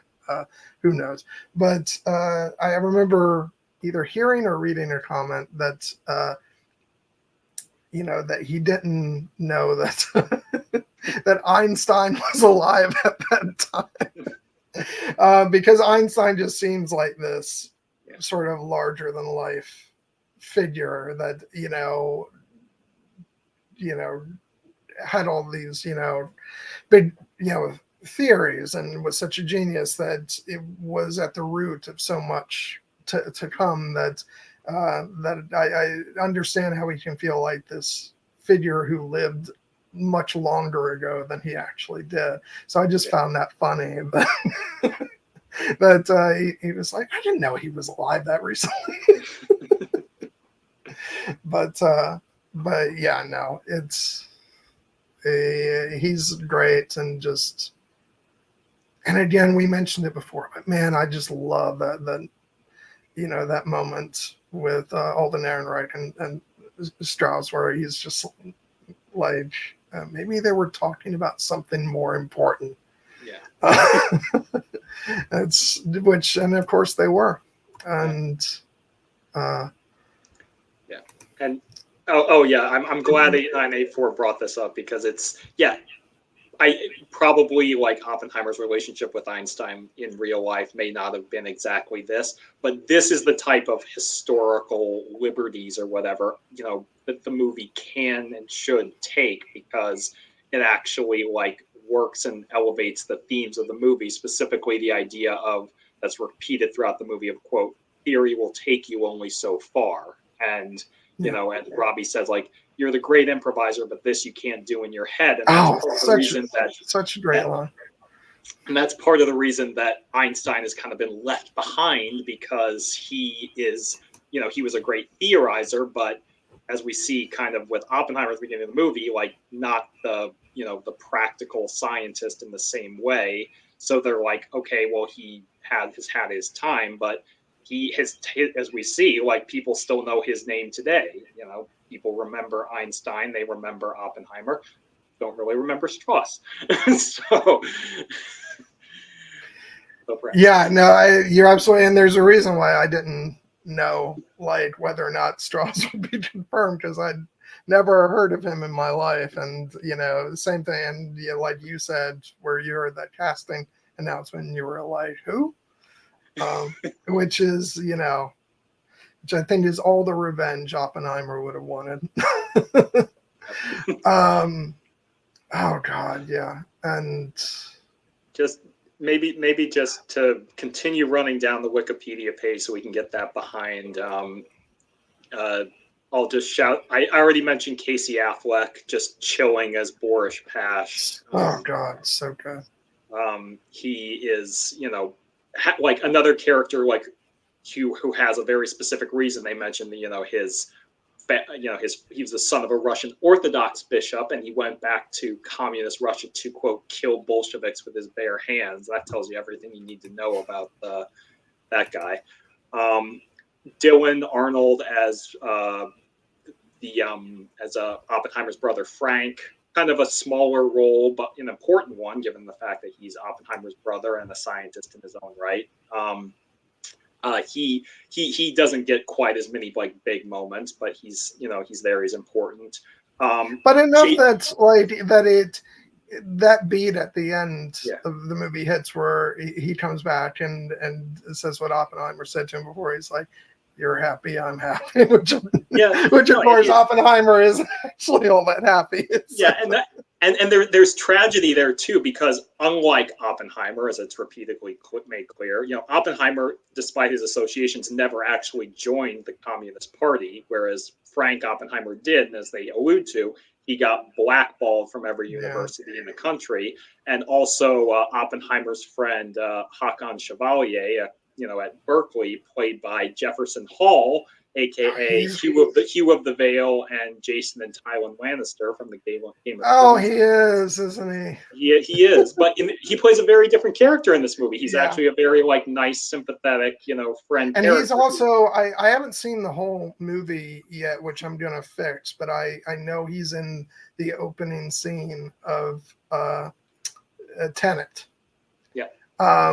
Which that one just sort of, because of the pandemic and everything, that one I missed, and I own it. It's just one of those that I haven't made the time to sit down and watch. But the good part about that is I have a Christopher Nolan movie that I haven't watched yet, so I will enjoy that when I finally get to it. It's good. Yeah, it's kind of in the same vein of I have a whole thing about the eras of Christopher Nolan's filmmaking, because he is perhaps my favorite working director in a lot of ways, but it's kind of in that same vein of an Inception or an Interstellar, about it's a movie where it's about a very kind of scientific innovation, but it's not really about that. It ends up having but it has a very unconventional structure. I'll put it that way. We will have to have a larger discussion about Christopher Nolan's filmography, because even though it got more mixed reception at the time than a lot of his films, and people have sort of some issues with it, I actually think that Interstellar is probably one of my favorite Christopher Nolan movies. People love that movie online. I think critics didn't quite hit as much because it was, for whatever, silly reason. But it's probably Nolan's most, he's generally regarded as kind of a cold filmmaker, more interested in technical craft. But that movie is incredibly emotional. I remember sort of the critical, analysis of that movie was that, Nolan should stick to not trying to be emotional, but his more and I was like, are you crazy? That movie had me sobbing, and I was so connected to it. And that's why people want to talk about Nolan not doing, great female characters. I'm like, Interstellar, what the hell are you talking about? So yeah, no, I love that film, and and have yet to do a stream on that one, so we can. I would talk about that. I would talk about that one with you happily. I just bought the 4K of that one a little while ago. I find that the video transfers of his movies got better as they went along, and so even the 4K editions of Batman and The Dark Knight have some, especially Batman Begins has some video quality issues, but by the time of Interstellar, the production pipeline had gotten so good. A lot of it is down to the fact of the way he makes movies, and the fact that not everything is done with a complete digital workflow of other movies. So, but by the time of Interstellar, they'd really sort of fine-tuned everything, and that movie looks astonishing in 4K. So yeah. I'm more than happy to have a discussion on that one. And I am in complete agreement. In case this stream hasn't made it clear, he's one of my favorite modern directors. I think I'm pretty much right now my favorites. If I had to pick a couple of directors who are my favorite currently, it's him and Denis Villeneuve. I think they're just geniuses, and even though he's had his clunkers over his career, but I still count Ridley Scott among my favorites. The best of Ridley is up with the absolute, best of any director currently working or in recent history. It's just, as you say, he is a little bit more up and down, whereas as the kids say, in my opinion, Nolan doesn't miss. I've loved all 12 of his movies. Well, and the thing with what I'll say about Ridley Scott is that he doesn't write his scripts. So he is kind of at the mercy of, how good the script is. Because as a visual director, he never misses in that respect. Yeah. It's just some of his scripts are better than others. But the fact that I still count him as one of my favorite directors and have done so ever since I saw Gladiator in 2000. I think that says something. He's got staying power, that one. Yeah, indeed. All right, just one more quick actor, because then I've full disclosure, I've been going down the Wikipedia page just to make sure we don't. Because we do have to. Yeah. But draw this to a close. We do. I mean, we've successfully gone longer than a very long movie, which This is our last one of the year. Yeah. So yeah, we have to. And you're not going to be seeing us for a little bit, so maybe you can space it out. You don't have to watch it all in one sitting. But I do watch Oppenheimer all in one sitting if you get a chance. But we had mentioned him briefly earlier, but I just also really, really want to commend Jason Clarke as Roger Robb. He plays an absolute, I'll go ahead and say it, bastard in this movie, but he is so good at it because just that rapid fire interrogation of the way he tries to prosecute Oppenheimer and pin every little thing down. It's particularly the sequence where it's building and building and building, and he's shouting at him and speaking faster and faster and faster until it leads up to that moment. Well, and it's cut against the scene with Strauss. Yes, where he is having his rant and the music is building, and it's just so brilliant. I feel bad about saying this. Yeah. But Jason Clarke is always much better at playing assholes. I like he's a good actor, across the board. He's never really given a bad performance, but I've seen him play good guys. Yeah. And he's just not quite as compelling as when he's playing an asshole.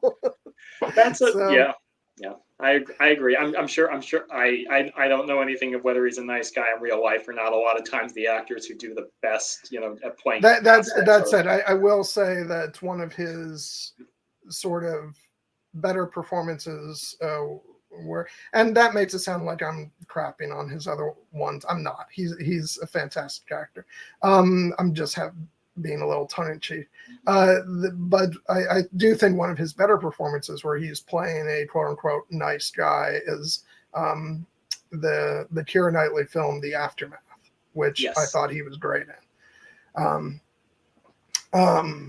Which is, another movie that's definitely had a mixed reception, to put it nicely. But I'm actually quite a fan of that film. And granted, I'm a bit biased in that, because not only is it a Keira Knightley movie, but she looked absolutely phenomenal in that film, as she always does. Doesn't she always? Yes. But and I do think it's acting wise, I think she gives, again, bias, but she gives a great performance in that.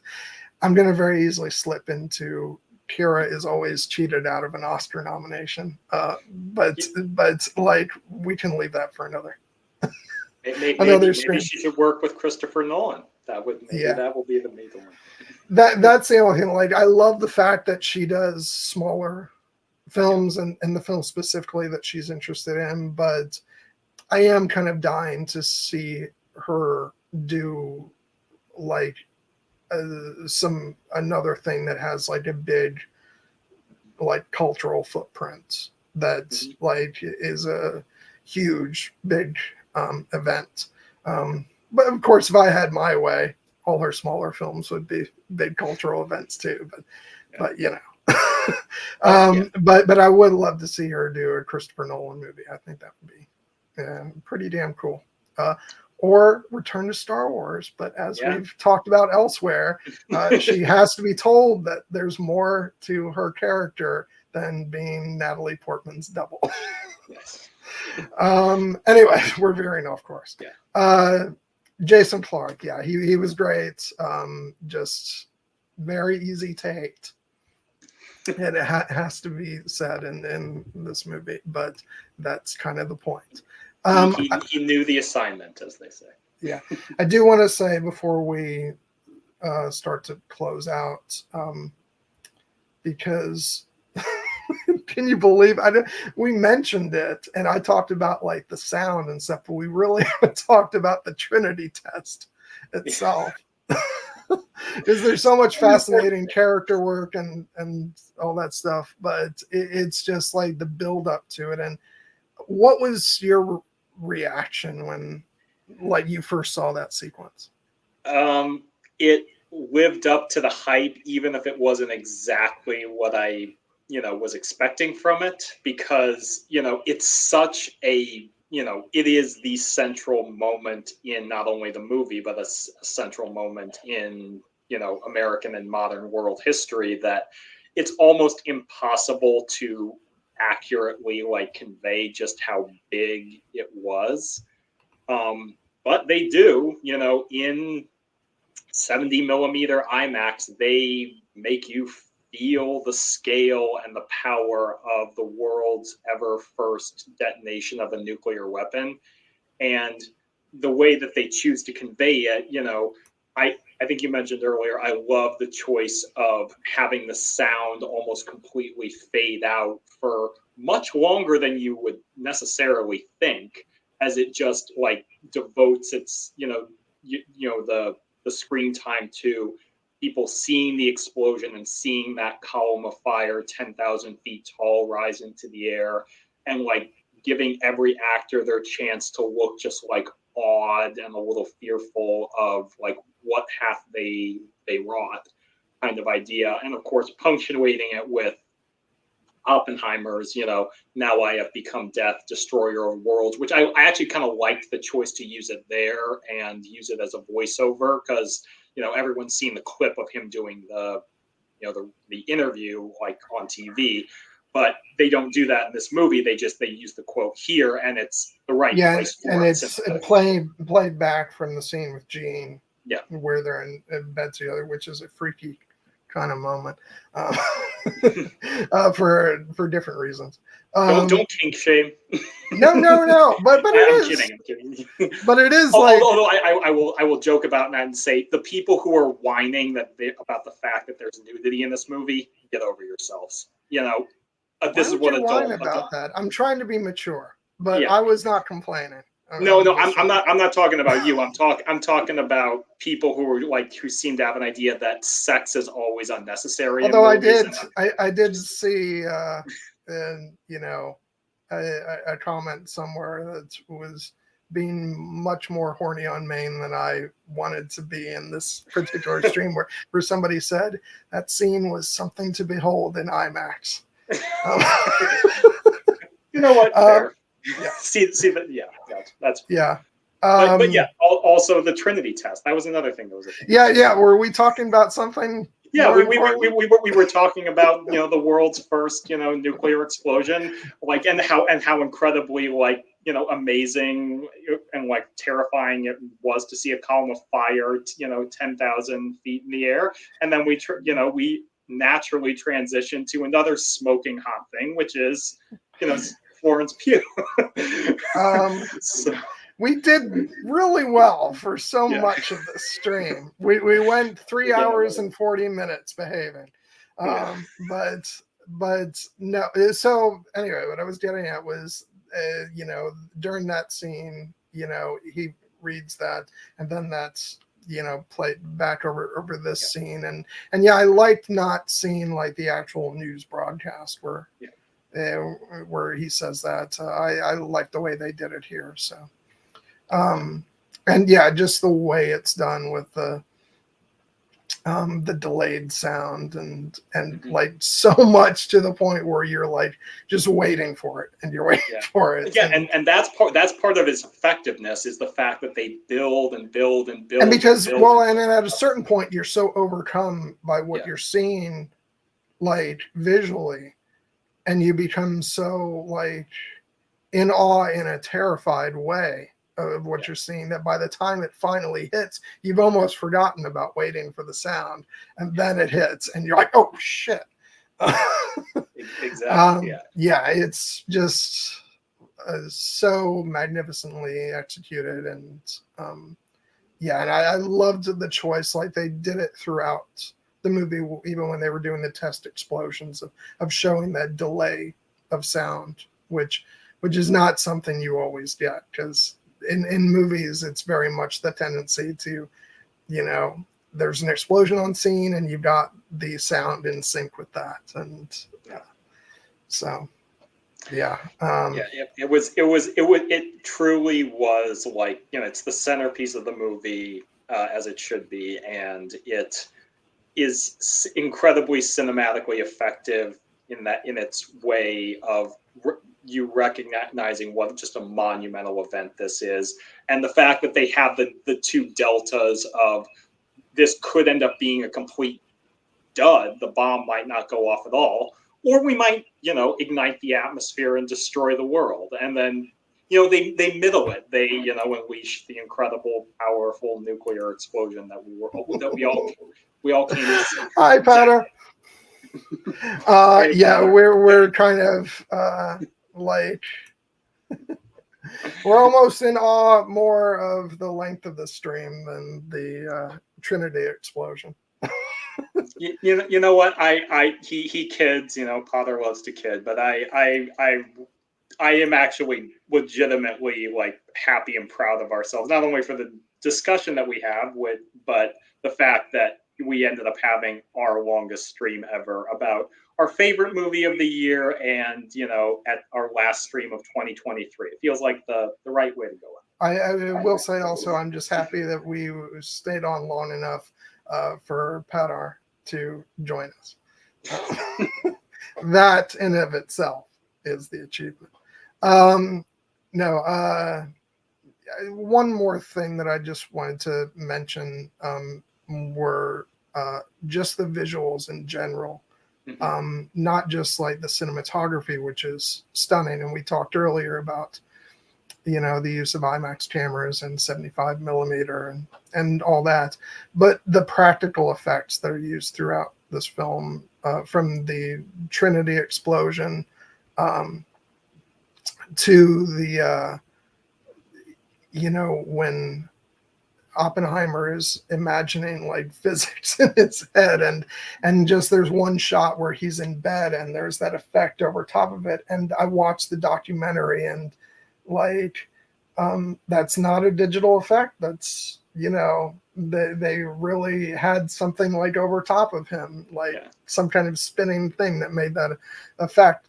And it's because of the type of movie this was and the fact of how they wanted it to look, like they had to do everything in camera. Like sometimes it's when we say, oh, wasn't that movie so great, no CGI at all, usually that's not true. Usually we're seeing less CGI than usual, an emphasis on practical effects, but there is CGI, but it's buried more in the background. And done in a way so that you don't really notice that it's there. Different story with this movie. Where like, just because, and I could be wrong. Maybe there was some deeply buried, but I think because of the workflow of this movie and the way it was edited and delivered, I don't think that it even really kind of allowed for CGI to enter into it, because I think everything had to be in camera. And if I'm wrong about that, then I would love to find out in what ways they utilized it, because it would be completely invisible. But as far as I'm aware, I think that this is one where we can actually say they didn't use any CGI, that it was practical Yeah. effects all the way through. And just because of the fact that everything's in like the film format is so like the fact it's 65 millimeter just for the standard shots, and then 70 millimeter IMAX. I just don't think that they would have been able to do that as they did if they then had to do the intermediate of laying in digital effects. Yeah, it's awesome work to convey, as I believe Oppenheimer says in the beginning of the movie, visions of a hidden world, being the subatomic world, and like that's not a thing that the movie had to do necessarily. Like this movie could have gotten by without those extra, visions, but they add so much to the movie because it really tells you like how Oppenheimer sees the world as this visionary. He can hear the music. That's their visual representation of it. And I didn't know it was all like practical, but I love that choice, and it looks great. Add visual effects to another long list of movies. This movie of Oscars, this movie might win. Because it's practical effects are still visual effects, and these are some pretty great ones. Yeah, I was actually.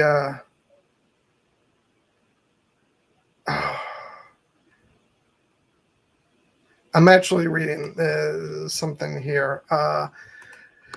An interview from VFX supervisor Andrew Jackson. He says, some people have picked that up and taken it to mean that there are no visual effects, which is clearly not true. Yeah. Visual effects can encompass a whole lot of things. That includes computer-generated imagery and in-camera special effects created on set. Let's see. In other words, the team at Nolan's go-to VFX company, DNAID, took filmed images such as smoke and explosions and used the computer program to layer them together to create shots. Nolan didn't want any CG simulations of a nuclear explosion. He wanted to be in that sort of language of the era of the film, using practical filmed elements to tell a story. So it seems like the answer is probably somewhere in between, where there were effects used to composite certain things. So I'd be interested in actually seeing a documentary that really dived into the effects work of this and how they achieved that. But regardless, what a mammoth achievement, and absolutely stunning. Yeah, I know people were joking about this movie before its release when they heard about all the practical effects. Like, oh, Christopher Nolan's basically going to set off a real nuclear bomb for this movie. And he didn't quite do that, but he came about as close as he probably could. Yeah. Oh, wow.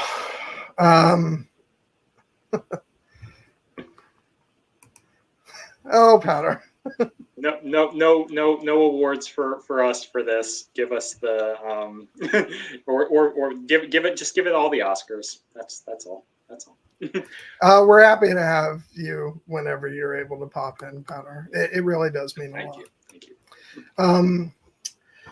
All right, so I think we've covered just about. I mean, there's so much more to talk about, but we are approaching the 4-hour mark. So unless we want to hit that for Rusty, I really feel like what we did is we covered first like our overall reaction to the movie, and we talked about the editing of the film, and we talked about the music of the film, and then we basically went a super long stretch, the majority of the stream, just going through the list of actors. And we talked about the characters there and covered a wide range of material from the film. And then we did, we then just tacked on our discussion of the Trinity test and the visual, the special effects work and the visuals.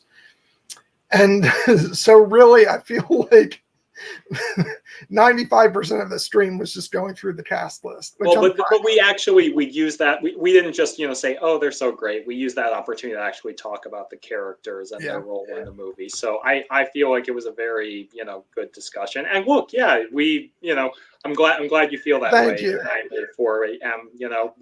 We're honoring the spirit of the movie Oppenheimer, and that it's making time seem like it's flying by faster than it probably actually It does is. crack me up because when I did that stream on the Hobbit trilogy, that went for like 5.5 hours. And the fact that this is going to hit 4 hours and it's just one movie cracks me up.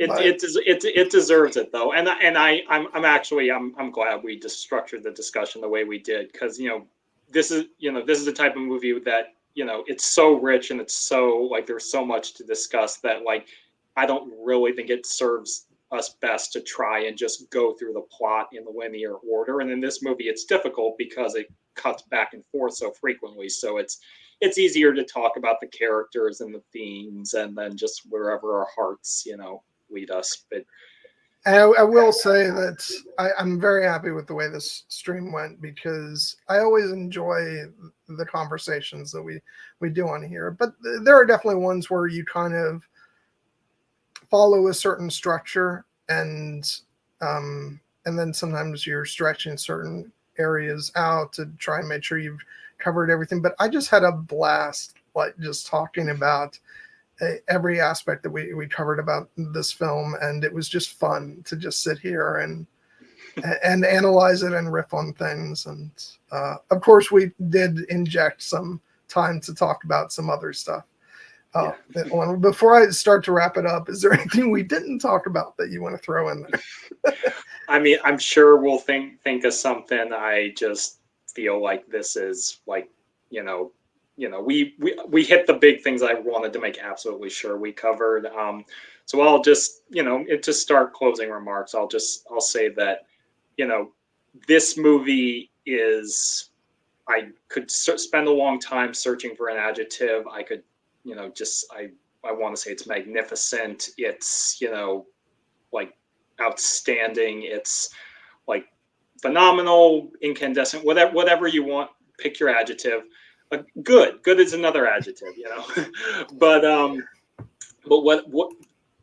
really what it is, the singular thing I want to define this movie as is it's an achievement. Like the fact that Christopher Nolan and this incredible cast that we discussed, and everyone who worked on it, from the craftsmanship, Hoyt Van Hoytema, the cinematographer, Jennifer Lane, the editor, Ludwig Göransson, the writing the music, the sound artist, the visual effects artist, too many to name. The fact that they all came together and created this, it's an outstanding feat, and they should all be incredibly proud.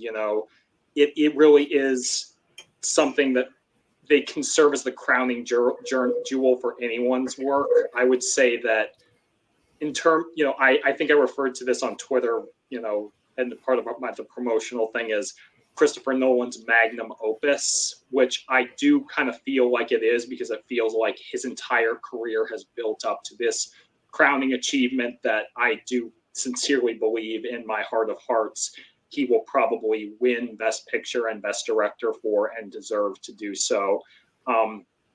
But just, the Oscars are the Oscars, and whether or not they validate this movie, which again, I think they will, I think that this movie will absolutely stand the test of time, hopefully for everyone in this, who loves movies and cinema, but definitely for me in my heart. And it has been like a long, long time since, coincidentally, just one more Oscars thing, like it's been 20 years since my favorite movie of the year was also won Best Picture at the Oscars, which was The Lord of the Rings, The Return of the King. And this feels like it would be that. So again, if it does end up winning Best Picture, but irrespective of that, it will be my number one movie of the year. It is, as I said, I alluded to, one of my favorite movies of the last 3 years. And if we are still doing this, a ways down, and we get around to talking about favorite movies of the decade, this will be on it, because it is also comfortably rising up the list of like just my favorite movies. It's an achievement. Just so glad it exists, and so like very happy for everyone who worked on it that they can say that they made a true piece of cinematic art, and they should be proud. I do want to say, like you mentioned 20 years ago when Return of the King won Best Picture, that was such an experience for me that I feel like we could do a stream just on the 2004 Oscar ceremony, because that was so entertaining for me as someone who had waited and waited for Lord of the Rings to get its due, and then that whole night was just so much fun. There's some stuff in that opening Billy Crystal montage that has not stood the test of time. But that was 20 years ago. But I just remember having a big goofy smile on my face and jumping out of my seat every time they read out The Lord of the Rings, The Return of the King. And so at the very least, I would love to do some, maybe it's a discussion of the film itself, or a second discussion of the film itself, where I can like go into waxing poetic about how cathartic and wonderful that experience was. But yeah, I would love for this movie to go and clean up at the awards, but it also does not mean as much to me as it did back then. So if it doesn't, I'm fine with that. But at the same time, I will say that, you know, when they do a good job with those things, it is fun to watch. I was definitely getting emotional last year when both Ke Huy Quan and Michelle Yeoh won their Oscars. Particularly, well, with Ke, he just has such a beautiful personality that, you know, who could fail to be like overjoyed for him. But I know especially with respect to Michelle Yeoh, because I've been a fan of hers since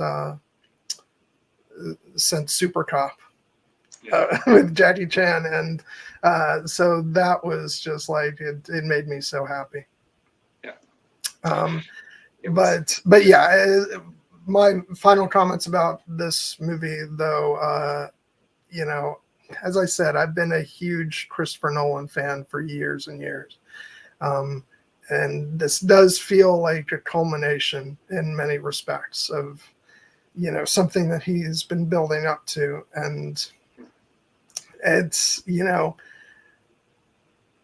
I think it's probably one of those cases where I still hold on to the fact that my favorite Christopher Nolan movie on a pure enjoyment level is probably The Prestige, which I think may never change. But as far as like, you know, best as far as those things go, it's pretty hard to deny this. And you know what? For entertainment value, it may not be the most comforting subject material, but the film is pretty damn entertaining, you know, all throughout. Somehow, even something as dark as the atomic bomb, you know, Nolan crafted a really fun, not fun, that's the wrong word, not fun, but engaging story to watch. Yeah, and I think that is another mark in its cap. I do think that, like, you said your favorite Christopher Nolan movie is still probably The Prestige. I would say mine is probably still The Dark Knight, just because that movie was so incredibly important to me, not only as a lifelong Batman fan, but just for what it did for, you know, a character and, you know, a genre of stories that I love and hold dear to my heart. But I do think that on a pure cinematic level, this is probably Nolan's best movie in terms of his just peak cinematic achievement. And this is why I hate the ranking thing, because we're talking about all these different movies and I'm like, oh, but wait a second, I love that so much. Why isn't that my number one? Damn it. It should be. Again, Nolan does not miss. I love all 12 of his movies. So even if I have like a personal headcanon order, it's like, it doesn't really matter. I will watch any Christopher Nolan movie any day. He has earned that blank check for me. Of course, Better said, John will be done with Hollywood if Oppenheimer is runner-up to Barbie. I will be a little annoyed, but also it's like, and that's not because like I didn't really go into my feelings on Barbie. I was entertained by the movie, and I definitely see why it's a huge success, but I didn't have the response to it that I did to Oppenheimer. So I would be a little annoyed at that, but I would also understand sort of the cultural reasons why that happened. And like I said, at the end of the day, I try not to place too much emphasis on the Oscars. But that doesn't mean that I won't be a hypocrite and get excited if my favorites win. Yes, But and again, all movies for all people, so that not every movie has to be everything to everyone. Yeah, that's the thing. Like, I think Barbie was an incredibly well-made film, and they just added a director's commentary track to the iTunes version of the movie.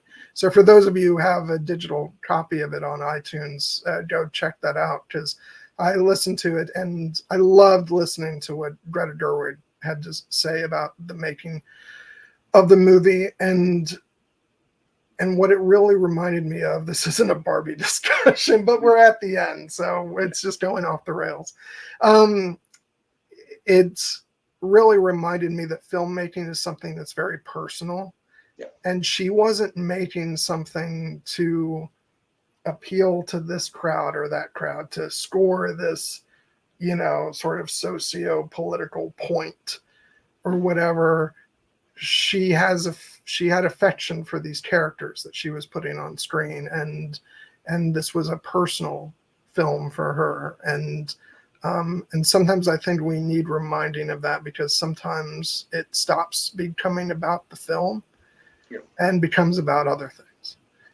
And so, but my point of what I was saying was that I think I probably enjoyed that movie about as much as I could enjoy a movie about Barbie. I don't think I was I'm not the audience for every movie that's ever made. And I imagine that people who grew up with Barbie being a very important part of their lives probably had a much bigger and more emotional and experience watching that movie, and that's fine, because I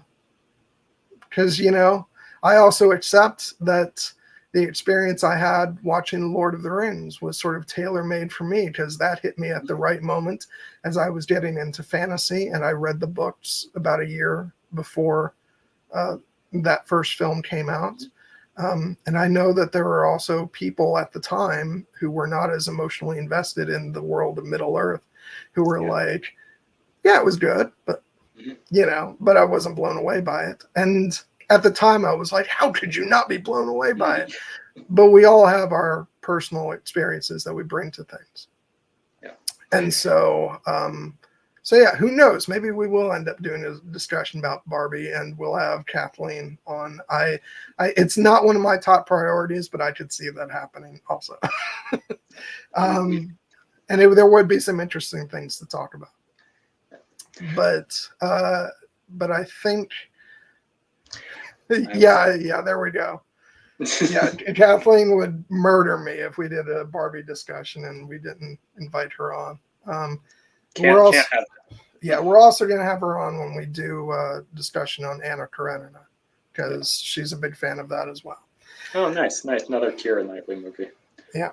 I want to shout out my friend Eric Monroe in the chat. He says he finally watched the movie, loved it, lived up to the hype. I'm so glad. It's masterclass filmmaking at its best. Well said indeed. Thanks for tuning in, Eric, and thanks everybody who dropped in. Okay, so I know we're over 4 hours, but we didn't even talk about the House of the Dragon trailer, which we are going to have to save because. Well, I think we can make some brief comments. We've already gone over the 4 hour mark. Like I said, I've only watched it 2 times, so this won't be an in-depth conversation. I think just some brief remarks. I'm so excited. Yes. This season looks big and dare I say epic and just very different from season one, which was, very much about sort of building up all the tension of, between the different houses, and this just feels like it's unleashing mayhem. Is that how you felt? Oh yeah, no, the idea of just there's the line from, I believe it's Rainey's in the trailer about like there is nothing so so cruel. I'm butchering the line, but like about there not being anything so cruel to the gods as a war between kin, and no war so bloody as a war between dragons. Yes, thank you, Mother. Really appreciate that. And the fact that like this movie, it does or this show, it reminds me a bit about what kind of like Game of Thrones, where the first season really was the setup to the war, and now we're getting the war, and it looks awesome. We have a great cast. We have so many exciting events and terrifying and heartbreaking events to come as well. So I think it will live up to the hype, and I am very excited to see it in the summer. And as anyone who had been following me on Twitter or X or whatever you call it, they will know, and if they do not know, they will soon know that I went on a little bit of a personal claim that while I may have no patience for the green versus black Twitter standing back and forth, I will be standing in staunch defense of one Allison Hightower, because oh my God, did that character I love her so much from the first season, and both Emily Carey and Olivia Cooke played absolutely amazing performances that just made her one of my favorite Game of Thrones, A Song of Ice and Fire characters. And she's going to go through hell this season, but I will be there, to protect her from the world, and anyone who wants to come at me in my mentions, we'll have a fight. Yeah, in between seasons of this show, I have hold on, I'm having to look it up to make sure.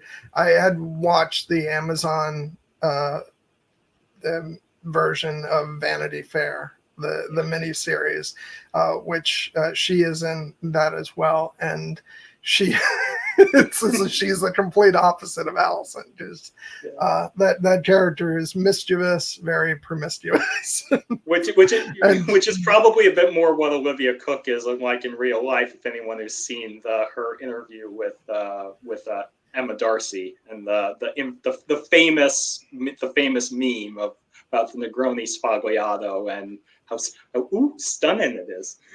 Yeah.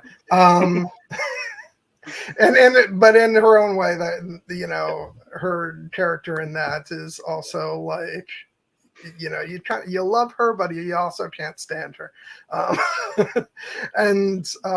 But so I've just completely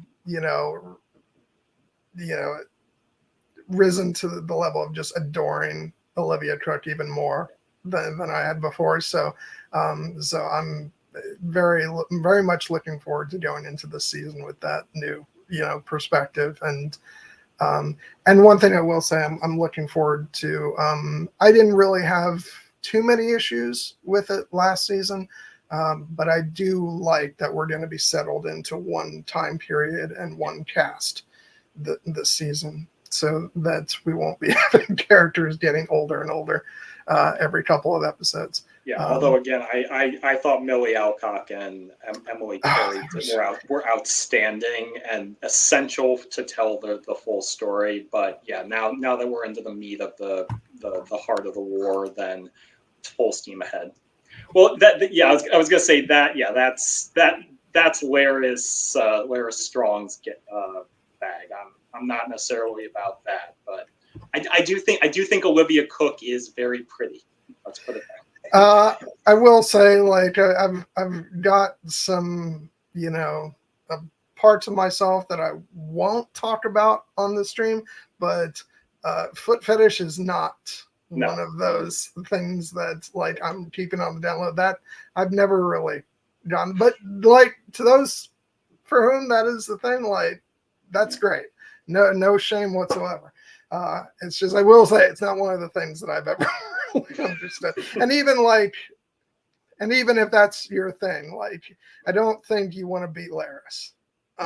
That's the last thing you want to be because he's not a good person.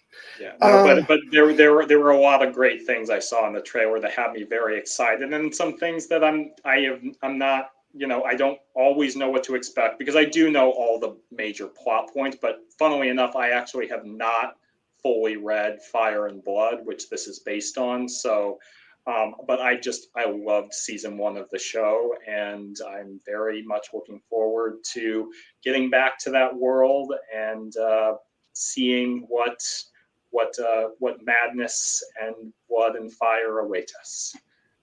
As has been said before, you and I are staunch fans of season 8 of Game of Thrones. Hell yes, we are. And so, like, I feel like my excitement has been consistent over the years, since we've been gifted with this show. And I'm just so thrilled and happy that we get to continue on enjoying this world. What is it, like 12 years after the show premiered? The first show premiered. It's like, I just feel really fortunate about that. And I'm just so looking forward to it. I'm not looking forward to the discourse around it, which is why I probably will be, taking a leave of absence from any and all social media while the show is on. But still, I'm very much looking forward to the experience of watching. Yep. It's a special thing, and it's one thing that I never want to take for granted, the fact that we are living in this time where we get such amazing fantasy stories on screen. And yeah, I remember the time well, Eric, from April 2011, and look where we are now. It's just it's been a crazy journey at times. There have definitely been some dark stretches, but honestly, I would not, trade anything that we've gotten, because it's just, the story was so worth it. Yeah. And I'm not making any statements here, but just saying that it was a couple months after that, in 2011, that the last A Song of Ice and Fire book was released. Just saying, but I will say that George R. R. Martin's most recent Not-a-Blog post, not encouraging. I'm chilling on my real estate on, I'm not really waiting for George to finish the book. No, I will say, I'm very often trolling people about that, and gleefully stating about how we've gotten so much of the television universe, but but it's true, in a non trolley kind of way. I feel very fortunate that even as, imagine if we didn't have this and we were just waiting for, George to write, which, by the way, he can take as long as he wants. That's his prerogative. But I feel very happy about the fact that in the years since, we got a full adaptation of A Song of Ice and Fire, as much as we could.